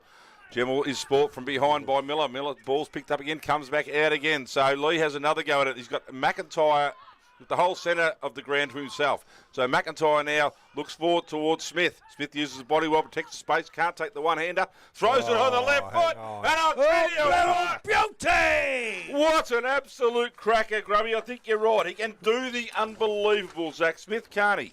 That's the X factor. 12-14 now to East Geelong, 6-2 to North Geelong. We have ticked over 10 minutes. Connectel, final quarter. And a huge contender. What was it? The Raiders bingo goal of the day. It's out of him and Mitch Abib. And bingo was his name-o. And bingo was, what was a magnificent goal. He held the player out in the ball. Like it could have easily been punched, but he wouldn't let it do that. He just showed a bit of the mercurial that he's got in him. And, look, I watched him run around in the seconds first up a couple of weeks ago, and he just ran along. But, by geez, he's got the X factor, this bloke, and he could be one of the blokes that really, this year in finals, he hasn't done too well. This year's his year, maybe. So back in the middle we go. Sobey gets the ball down, goes in the hands of Bartel, tries to work his way through the contest, and umpire probably the right decision there. Not really a prior opportunity to get rid of it. You're right. And I meant to ask you, did you have a Routley's pie at half time? Yes. Beautiful. Nice temperature too, just right. Lovely. Last week I got burned. That was Beaumont's. That was Thursday. So the ball from the ruck contest. Ramos the ball goes outside. Henderson, no, it's not. It's actually Billy that's got the ball now. Got in and out of trouble. Looked up into the half-forward line. Kick was okay towards Fazio. Couldn't take the mark. Went back and collected it. Quick boot to the full-forward position. Actually, it was lucky there because Beardsall nearly Got got it. into Miller, but it's picked up there Good boy. by Henderson. And I think he's got his first goal of the afternoon. He does. And the 7th now for North Geelong. They're 7-2. They trail East Geelong on 12-14. Connectel final quarter scoreboard. We have gone 11.5 minutes. Well, he's one of the boys I had in my best North Geelong players. I think he's done some really nice things, and that was very nice as well. He's got a bit of class. Probably needs to get the ball a little bit more. I think is he from Lara, that kid? Did he come across with the dual boys from Lara? Henderson. Not last. Yeah. Henderson did, yes. Yeah, Yes. I thought he did. And look, he's probably had a little bit of GFL experience. I think he played predominantly twos, but look, showed a bit of class there. And I tell you what, Peter Riccardo would be pretty proud of him at the moment because, look, they're not going to win the footy match, but they're still going in 100 miles an hour, so good luck to them. So back in the middle now, Sobey and Jewel. Jewel wins that one, taps it forward. Running on it, Swennerson can't quite get the ball to the boot. McIntyre picks it up, gets a handball out to Penny, intercepts, then had it, spilled it, lost it. Still fighting hard for the ball, and there's Habib. North Geelong player down here. We've got a sling tackle paid. North Geelong player down on the edge of the cricket wicket there, so very slow to get up is Jewel. I don't need that. So Ben Crombie with a resultant free kick. Just chips the ball into the middle to Sobey. Sobey, nice little handball across to McLaughlin. Here's one we want to see run, but he decides to chip the ball over and into the hands of his coach. So Ned Osselbrook will have a shot for goal at his second goal of the afternoon from about 45 metres out, directly in front. So Don't know why he'd look for his coach like that. He's assistant coach. He won't be dropped next week. well, stranger things has happened, mate. But I will say something about it in a minute. So Ned Osselbrook comes in. Ball leaves his boots, pushes it left, not going to make the distance. Oh, the big big hands of Ezard. Ezard have gone up, and he's taken the mark right on the goal line here. So undoubtedly we'll be looking at the 1-2 step, mate, and then onto the right foot to hook it through. Come in as far as the umpire let you, son. And he has. He does come in, kicks, and hits the post. Both posts. Both posts. That should be a goal. That should be a goal. So Callum Ezard has his second behind for the day, the 15th for East Geelong. So ball to be brought back in now, straight down the middle. That's a beautiful kick out and full back. Gets over the back here. Ramos had the chance, went to punch, couldn't quite do so. McKinnon sends the ball out looking for Smith. That is Needs a mark. fantastic set of hands there. So what a great set of hands there by Zach Smith. Just hit the front, stayed there, mate. You've got to get round him. So I just want to add to that McLaughlin Osselbrook one.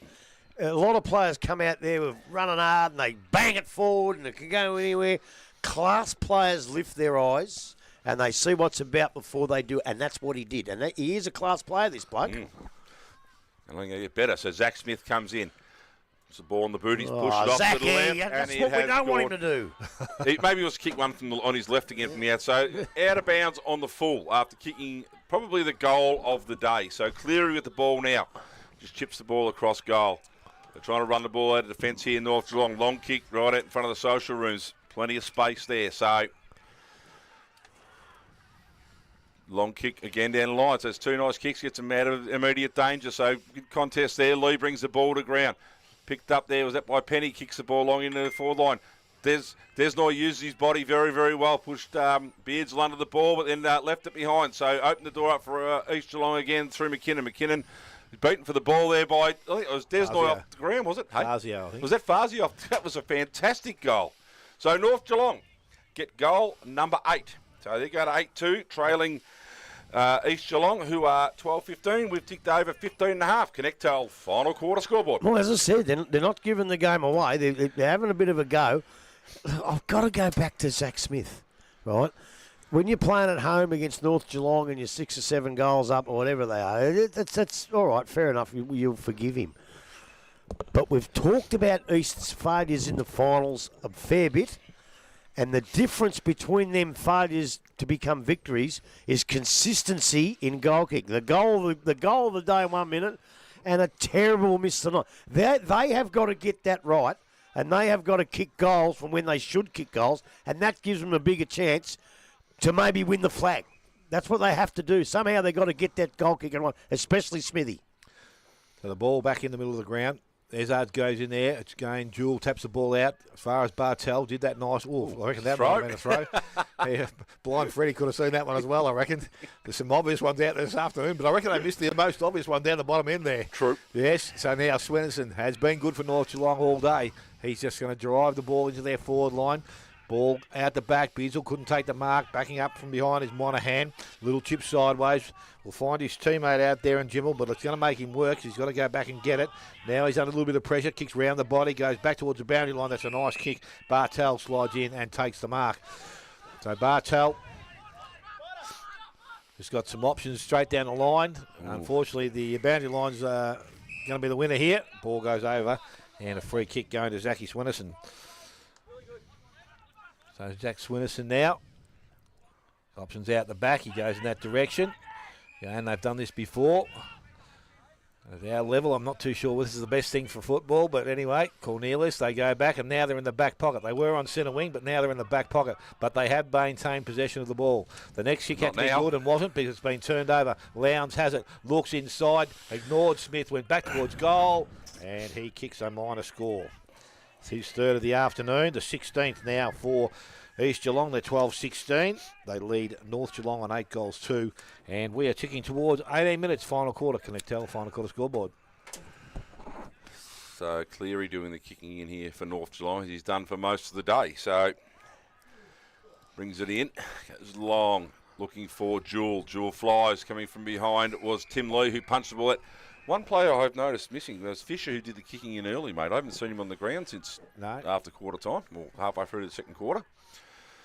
So that's probably hampered him a little bit down back. Anyway, we've got Ezard and Jewel. Ball is thrown in now. Jostling for front position. Ezard just nudges him under the ball and can't take it out of the air. Crombie does and is wrapped up immediately. Actually, it was Hoff that was wrapped up immediately. Thrown to the ground. So we will have a... I was right the first time. It was Crombie. So I'll have another ball up here. Half forward for East Geelong. Ball in the air. Ezard reaches over top, knocks that one down. Ball hits the deck again. Everyone's diving top. Forced handball out. Very good to Penny. Penny gets another good handball. Another great smother grub. That's about the fifth or sixth for East Geelong, mate. It is. I actually missed it because at the moment I can see only one player in the dugout for North Geelong. And yeah, the bloke standing? Yeah. Yeah.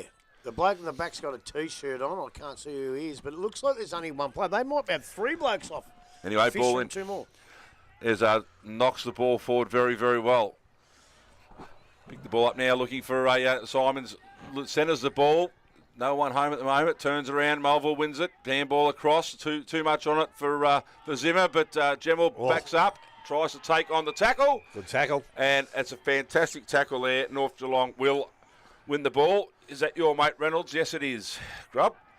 So Reynolds chips it backwards again. So seems to be the pattern. Got to go backwards to go forward, but the ball lands in the hands of Jackson Jewell now. So Jewell, 40 metres from his own goal, decides to chip back to Reynolds, who is almost in the goal square. But there's no one to He'll come switch out. to, He'll is come there? out to Dalziel out here. So it had to be very, very good because McLaughlin's closing speed was amazing there. It is, isn't it? Oh.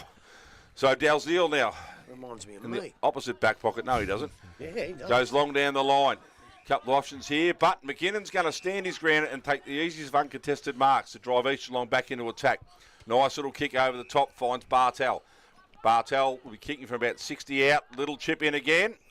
Has done very, very well. Finds Sam King. So Sam King, man on the mark, is 50 out. So I think he's probably just out to hold his distance. Smith gives a lead into the pocket. That's where it goes, but doesn't always built the mark there, so it doesn't really matter because it wasn't going to hit the Smith. But another nice tackle there by Smith. Keeps the ball in play. Picked up there, knocked out of the back of the pack. Almost dragged in, but the umpires let it go. The umpires going to come in now. No choice but to pay to ball it up. 20 and a half minutes gone. Connect our final quarter here. Ball deep in East Geelong's forward line. So Sobey and Jewell to do the ruck work. Sobey wins that one down. Straight to Bartel, who's wrapped up immediately. And we'll have a rinse, repeat effort here. Same spot, same result. Same two ruckmen going at it. So Noah Jewell and Sobey to do the work here. Sobey works his way to the front. Jewell reaches over top and probably wins that one. It's knocked forward there. Crombie comes across, taps to himself. His legs taken out there. Surely, umpire, he can't do that. Anyway, it doesn't matter. Picked up in quick, handball in quickly to Sobey. Falls back to, was that your mate Lowe? He little quick kick didn't quite come off, so North Geelong repel, go straight to the centre of the ground, 2-on-1. That's a fantastic job there by McKinnon. Throws it on the right boot, knocked as he kicked it. Jewel drops what he should have taken. Sobey coming across the other way. Bartel there, picks up, goes back to McKinnon with a nice little handball. Handball back inside to Sobey. Sobey goes back to McKinnon. Players loose here, kicks it right out in the front there of Beardsall, couldn't pick it up. Coming the other way is Desnoy for North Geelong. On the left foot this time, goes long down the line. Cut off over by Monahan. Monahan wrapped up immediately, ball spills free. Players are all charging in now, quick handball out. Finds its way to Desnoy again, who's been very, very good for North Geelong. Quick little handball across. Ball up and under, looking in the Swinnerson direction, goes over the back. Is that Habib running onto the ball? Pushes his opponent out of the way. Fazio comes through to lend a hand, paddling the ball out in front of himself. Runs out of room, has he? Yes, he has. But they've taken that the best part of 100 metres, just scrapping and fighting there, Crop. Well, they've done that for a lot of the day, and it just tells you that, look, they're not giving up. They're not as good, but they're not giving up. And as I said earlier, Ricardo will be happy with their endeavour, but they need to close the gap in class if they're going to topple a side like East Geelong at East Geelong, in front of the past players. So ball comes in now. Sobey and Mitch Habib. There's a bit of a mismatch there. Sobey wins that one down. Hacked off the ground. Who was that? No. Mitch. Was that Mitch again off the ground? Yep. Mitch Habib off the ground, was it? Yep. Right. Glad you seen that one, mate, because no idea who kicked that. Mitch Habib has his second for the afternoon. The 9th for North Geelong. So we have East Geelong 12-16, 88, leading North Geelong at 9-2. 54. We've gone nearly 23 minutes. Connect our final quarter. Do you see what I mean about Mitch Habib? He's kicked 2 goals, miraculous goals. Missed the one he probably should have kicked. If he just does a bit more of that, he kicks 6. And I've seen him kick 7 or 8 in a game. Yep. Today hasn't been his day, but he's still got that touch of the mercurial, a little bit like Zach Smith at the other end. He's a bit mercurial, but he needs just a little bit more, do a little bit more of the easy stuff and see how we're going. We've got a score at Anarchy. We have a score at Anarchy, mate. It's 12-17, 89, have defeated Geelong West Giants 3-6-24. They've all left the ground and they're all in the Yards Hotel having a beautiful cold beer. So Swinnerson from the middle of the ground. He's going to put North Geelong back into attack once again. Gets through the hands there of McKinnon. Ball now at ground all picked up. Beardsall had the handball away. Went towards McLaughlin. Takes it on. Don't think many people will catch him. Not at this stage of the day anyway.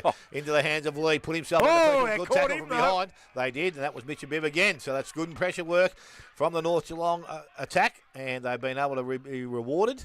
They will go back, and Mitch Habib has 2 for the afternoon. Can look at goal number 3. Werribee have 1-2, Grupp. Oh, yeah? Easy? Or 16 points. Well, at least they've come from the clouds. They've done some good work after they've been beaten reasonably well early.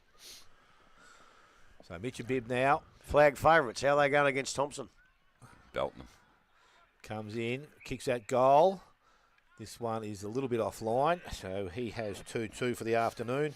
9-3 for North Geelong. They trail East Geelong 12-16. We're ticking towards 25 minutes. Can you tell? Final quarter scoreboard. Isn't that like he's kicked 2 mercurial goals, Yep. and both 10, 20 seconds later, he's missed 2 he probably should have kicked. So the ball be brought back in now.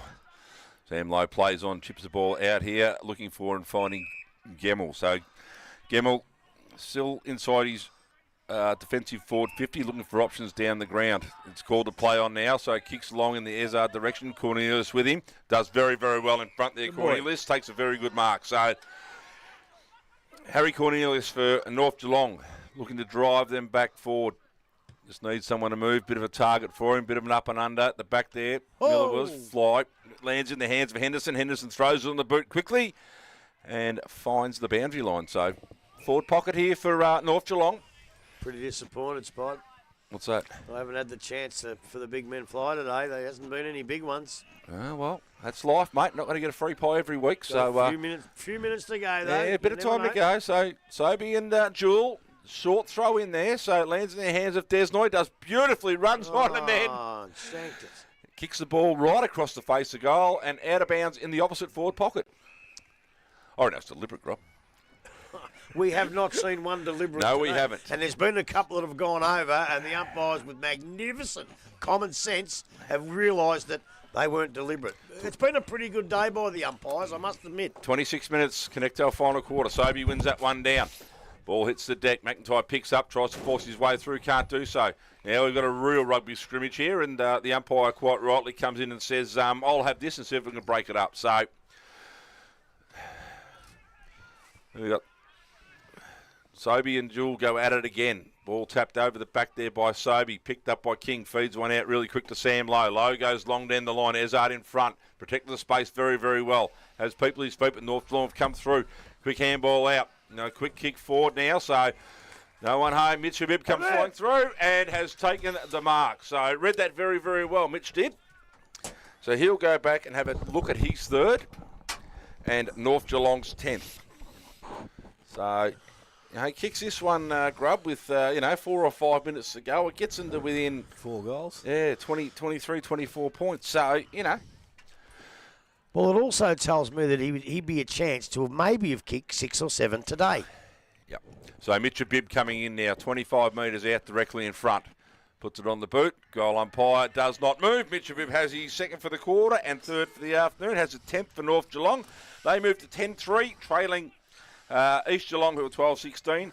27.5 minutes. Connect our final quarter scoreboard. Well, it is, 13 shots to about 28. So they did, kick pretty badly early, East Geelong. And you've got to wonder, I hate saying it, but you've got to wonder where they've just taken the foot off the pedal a little bit.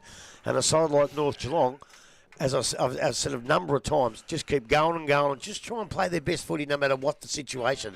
And they've been rewarded here because they could have got beat by 7, 8, 9, even 10 goals here today. And they've dragged it back. They've done a great job. 5 goals at three-quarter time and 5 in the last quarter. So that's evidence of that, Grub. So ball now back in the middle. Sobey doing the ruck work. Up against Jewel. Sobey wins the ball down. Goes through the contest. Going to be picking the ball up was Jewel again.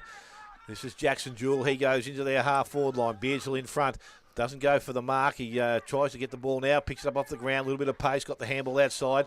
Finds Gemmell. Gemmell got the kick away. Goes towards centre wing. Picked up by Bartel. Over the top. Simons goes back towards Bartel. Wants to keep the ball running. Did that nicely. In the front of Beardsall. He missed the ball. Tried to kick it off the ground. Nice work there from Desnoy. A little sell of the candy. And back into the hands now of McIntyre. He looks up. He's got nothing to go to. Goes short. Out wide. Again, straight through the hands. Into the hands of Desnoy. Along a barrel. Back into their forward line. Out the back. Monahan. He's got the best position. He's got some teammates with him, but the ball is not going to be staying in the field of play. It goes over, and we'll have a throw in. I'll tell you who else is not on the ground. Blake Miller. Yeah. Yeah, as I said, I could only see one bloke standing up. I can't see any now. Well, there's Blake sitting down the corner, I reckon, right in the back corner. I reckon you're right. Left-hand corner. Yep. So the ball thrown back in now by the umpire. Goes into the hands of Osselbrook, into the hands of Beardsall. Beardsall gets the ball back into the middle of the ground. And it's going to go to Huff. Oh, got in and out of trouble there very nicely. Looked at his options. Goes over the top to Zimmer. Put him into some space, but he stopped and went back. Has a player out wide and low. He'll take the mark and will be held up. So that will be good for both sides, I think, at this stage of the game. Quick movement now. He goes forward into their forward line. Mulville, nice lead. And he is going to go back and try and shoot at his 4th goal of the afternoon. He's one of the accurate ones so far. He has 3 straight. Has 3-1 now. Commentator's curse. Mulvihill. Mulville. Yep. And Mulberry Hill, so Rob Cameron reckons. But then again, what would he know? There's no A in it, is there? No. But that's what his dad said. That's how he said it. So I'll go So with he it. comes in from in front of the club room's long left foot kick straight back over the umpire's head. Umpire, please. And that's his 4th goal of the afternoon, the 13th for East Geelong. 13-16, they lead North Geelong 10-3. And we have ticked over 30 minutes. Can you tell final quarter scoreboard? That was another really good kick, wasn't it? I'm not quite sure that he's played as well around the goal today as he played against Thompson a couple of weeks ago. But he goes home with 4 goals in his bag. So 4 straight. Yeah, so, I mean, if you happen to be down, say just down a little bit on form, but you get 3 or 4 opportunities and kick 3 or 4 goals, you've done your job. Because next week he might get 40 touches and be a better player, but you keep yourself under the eye. So back in the middle now, Sobey wins that one down, but it's picked up there by Mitch Habib, who's playing in the middle now, so he's doing it all. So now Brunt grabs the ball, wrapped up in a tackle almost immediately. Ball spills free. Lee just dribbles it forward a bit. It comes through Habib again. Kicks the ball long into the forward line. Too long. and it's gone out of bounds in front of that lovely communications tower that really sets off the atmosphere down here at Richmond Crescent. Fits right in, doesn't it? With all the vintage houses around here. What is it, a telephone thing? Yeah, communication tower. So, anyway, ball comes back in by Monaghan. Goes long as well. Fireman's Hits tower. hits the pack.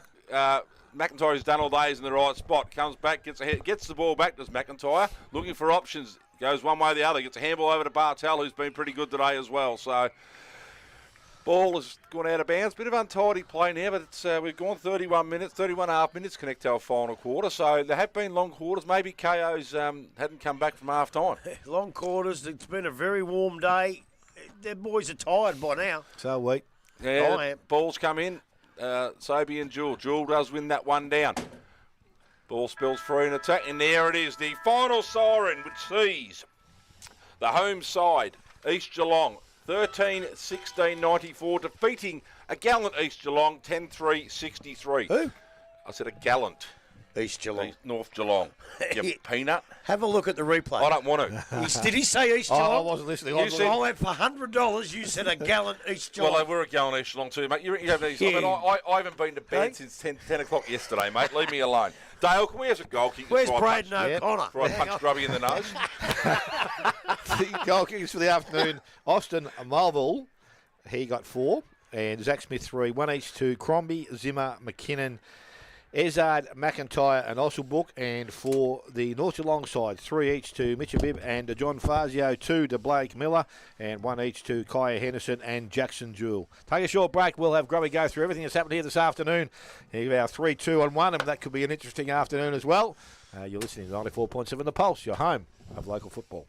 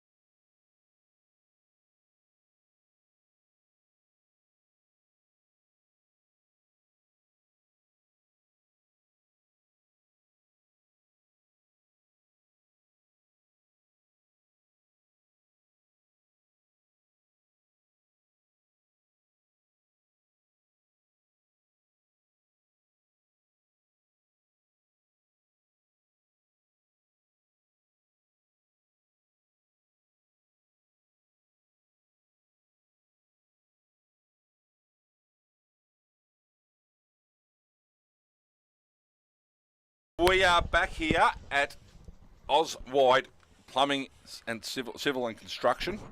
And yes, Paints, I know I did say a gallant East Geelong. I just like to argue with Grubby, mate. So let's just leave it at that. Before we go to you, Grub, and for your wrap-up and get the votes, we have some final scores from around the grounds. Werribee Central's 12-18-90 defeated Belpostil 11-8-74. They kicked 9 goals, 12 in the second half, Grub. Anarchy, we said, 12-17-89 defeated Geelong West 3-6-24. And Dale's Mailers at Mushy kicked all 3. Belmont Lions, 22-16-148. Thompson, 8-14-62. That is, 86 points. Winchelsea, 16-4-110, have defeated Corio 12-11-83. And, of course, the game here, East Geelong 13-16-94, defeating North Geelong 10-3-63. So, a very interesting round of matches we have. And, Dale, I think that you can safely tip Bannockburn from Thursday. Thank you. Grubby, how did you see it, my friend? Well, before I do that, a couple of things. We said how well Corio were last week with their, I think it was 16-4. Today they've had 16-4 kicked against them, and they've kicked 12-11. So they've actually had more shots than Winch. And I just want to just go to this fact that you've got to kick straight to win games of football. And to me, it's the easiest, because once you got the shot for goal, you've got control of it. You got most of the times you've got no one tackling you. You just got to kick it straight. And in the end, the sides that do kick straight might be the sides that prevail. Can I throw another score at you, mate, just quickly? Yeah. Newtown Chewell, 26-23-179. St Albans, 1 point. Yeah, that's not good to see. No, the other not. point I was going to make is Spider never argue with Grubby, because you'll lose. No, it's good fun. So take that on board, Paints. Ammos and Barwon heads, 79 apiece. Well, over? No, it says it's still live, so it's 11-13 to 12-7. Wow. One of Dale's old sides, Queenscliff, 138, Newcombe 69.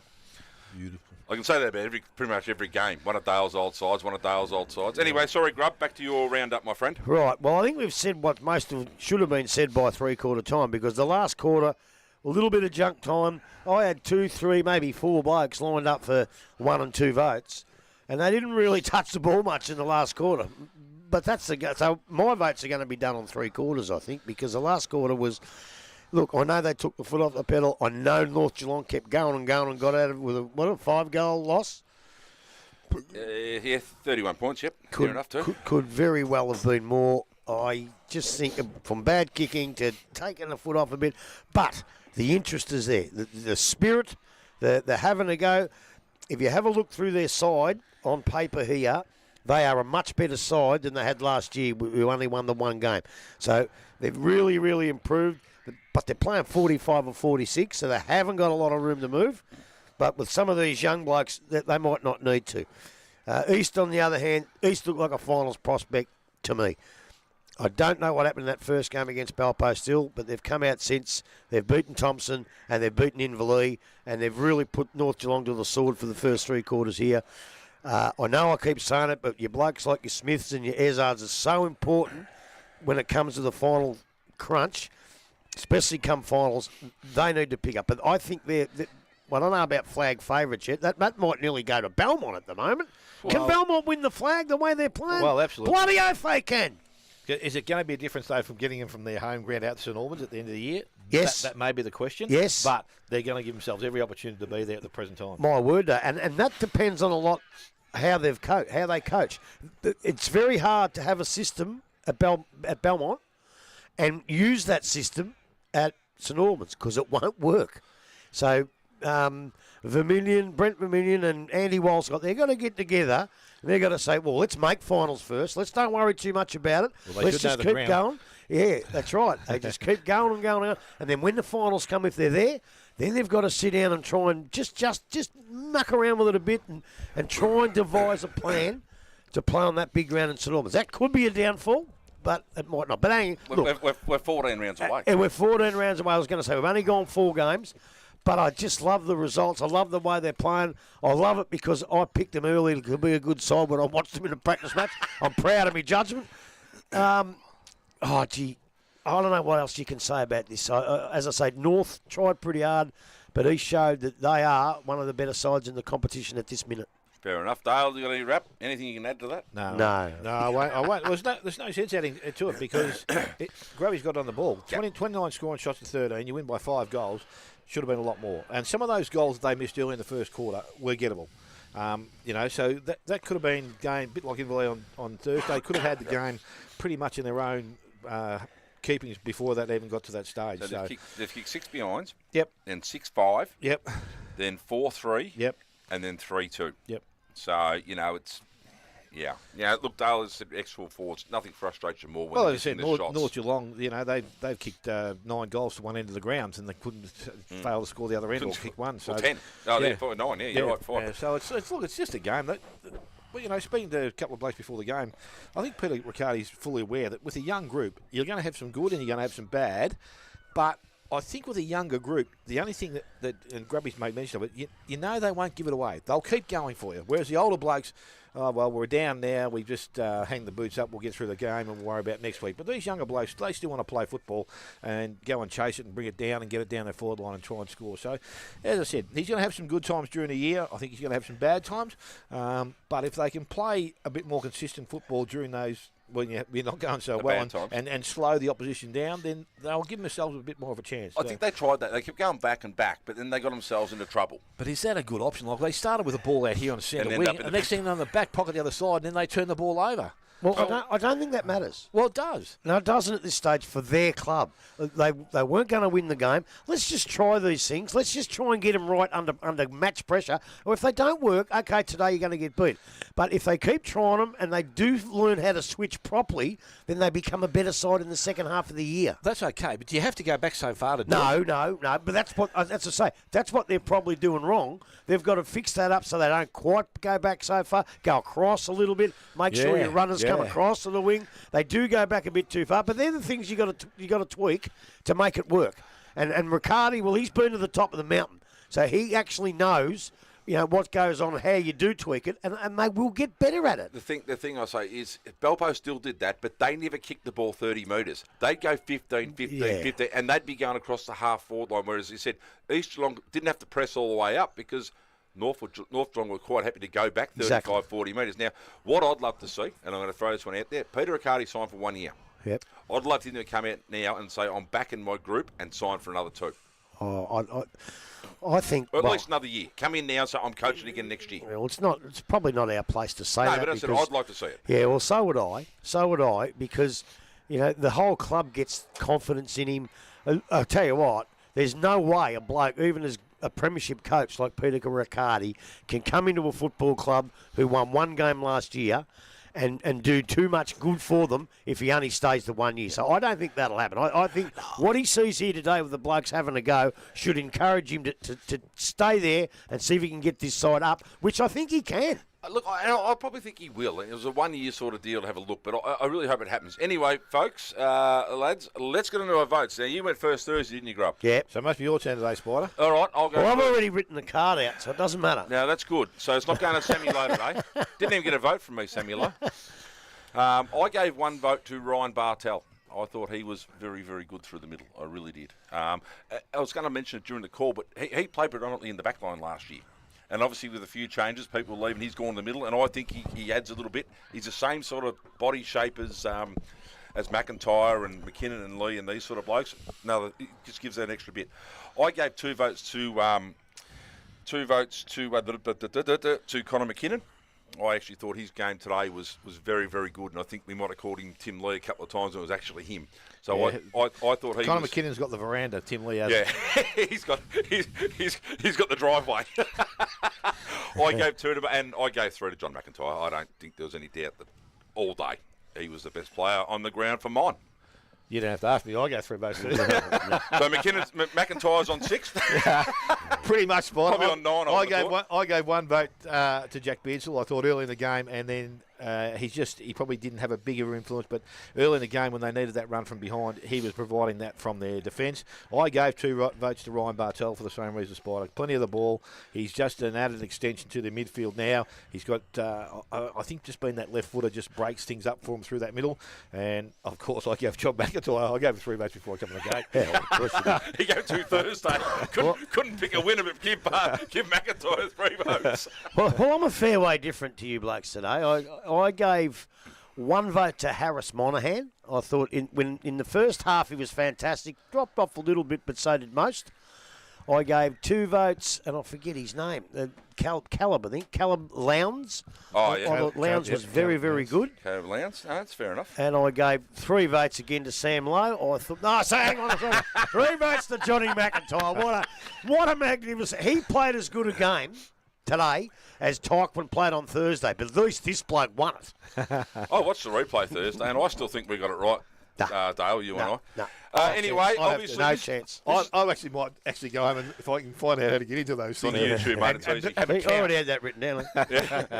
This is our first. I think the first one we've agreed on all year. I think so. Well, I could have agreed, even though my 2s and 1s were different to yours. I could have easily agreed with yours too because there was that many of those blokes. I'd love to try and get a North Geelong player in it. I thought about giving Zach Swinnerton a vote, and I thought he was probably their best by a long way. Oh, I actually thought Desnoy was pretty good. Yeah, not what I was expecting. No, Swino's got the lovely ginger hair. I think Stands Desnoy, out. what he did was really good. Yeah. I just needed him to do more to get a vote. Yeah. Look, there wasn't one I could put in, so there's no mention them. I just couldn't put one in. There's no way. But you're right. It's a bit like Thursday, mate, where the 1 vote could have gone to 16. 25. Well, it went to 2 Grozdanowskis apparently at one stage, but it could have gone to anybody. The 1 vote. Even if Mitch Yabib kicked straight and kicked 6 or 7, he'd have to get a vote. Yep. Even though he didn't play. Doesn't have to. Oh, you kick 7, you're going to get a Kick vote. 7 out of 10, you're probably going to get a vote. You're going to get a vote. Smith could have done the same. Exactly. He kicks 5 or 6, and one of these blokes goes out. Well, unless you don't give the mark of the day, the Harry Houdini mark of the day. Harry Houdini mark of the day. Well, the goal of the day was hard. It's either going to be Mitch Yabib or I'd go Smith because it's left foot. or Smith. Yeah. Holding on Smith. Anyway, Grub, we've got to I'm thank going the the other way. sponsors. I'm going the other way Yeah, because that's okay. he kicked 2 of them. Yeah, well, so Off the ground. Smith kicked the one from about 90. Our sponsors, thank you, Grubby, who keep us on air. Well, look. We've had all our quarter time sponsors. That's our quarter scoreboard sponsors. Thank you very, very much. Unfortunately, I didn't get to do the big men fly today, but thank you very much to Routley's. Kempy Engineering was the goal of the day, and they had 3 or 4 goes at it, so they'd be pretty happy. As I always say, if you're in town, go to the Hotham Hotel. Didn't the Raiders Bingo have the goal today? Oh, they did too. Sorry, this is last week's book. We'll go for Raiders Bingo. Yeah, go there, goal of the day, Kempy, but you're good too. As I say, if you're in town, go to the Hotham Hotel. After the big game out at the West, I think there's already 3,000 people in the yards. Well, Mushy becoming about 3 kick. Yep, and they'll be getting a beautiful cold beer there. I come past the Commoner Fiend this morning. I tell you what, I almost dropped in. I might drop in on the way home. What a great pub. Corio Bay Health, Athlete's Foot, thank you very much for looking after us. And very, very good job, umpires. Thank you very much. Thank you to the boys on the panel, Tyler and Brad. That was fantastic of them doing a job. Good luck to everyone at East Geelong. Enjoy your celebrations tonight. Thank you for the hospitality, as we always do. Next week's game, lads. Oh, shit. We've got to have somewhere to go next week, boys. Yeah, no, we do. You're right. What are the games? Well, the games next week are as such, and I think I've got pegged where we'll go. That's my opinion only. We were talking about this during the earlier. East Geelong, Corio at East Geelong, here. I don't think so. Bellpost Hill, West at Bellpost Hill. What, where? Bellpost Hill and West at Bellpost Hill. Well, gee, I tell you, we've got to see them at one stage. I don't know where we're going to see them against. North Geelong, Banno at North. No. Werribee Winch at Werribee. No. Inverleigh Thompson, the grand final replay at Inverleigh. No. And the game I think we should be going to is the Belmont Lions versus Anarchy at Winter Resort. No. Okay, so we're having the week off. So we're going to have the week off. Beautiful. I'm happy with that. I can actually sleep all day then. Who did Belmont Lions play? Anarchy. Oh, well. We've got to see them at some stage.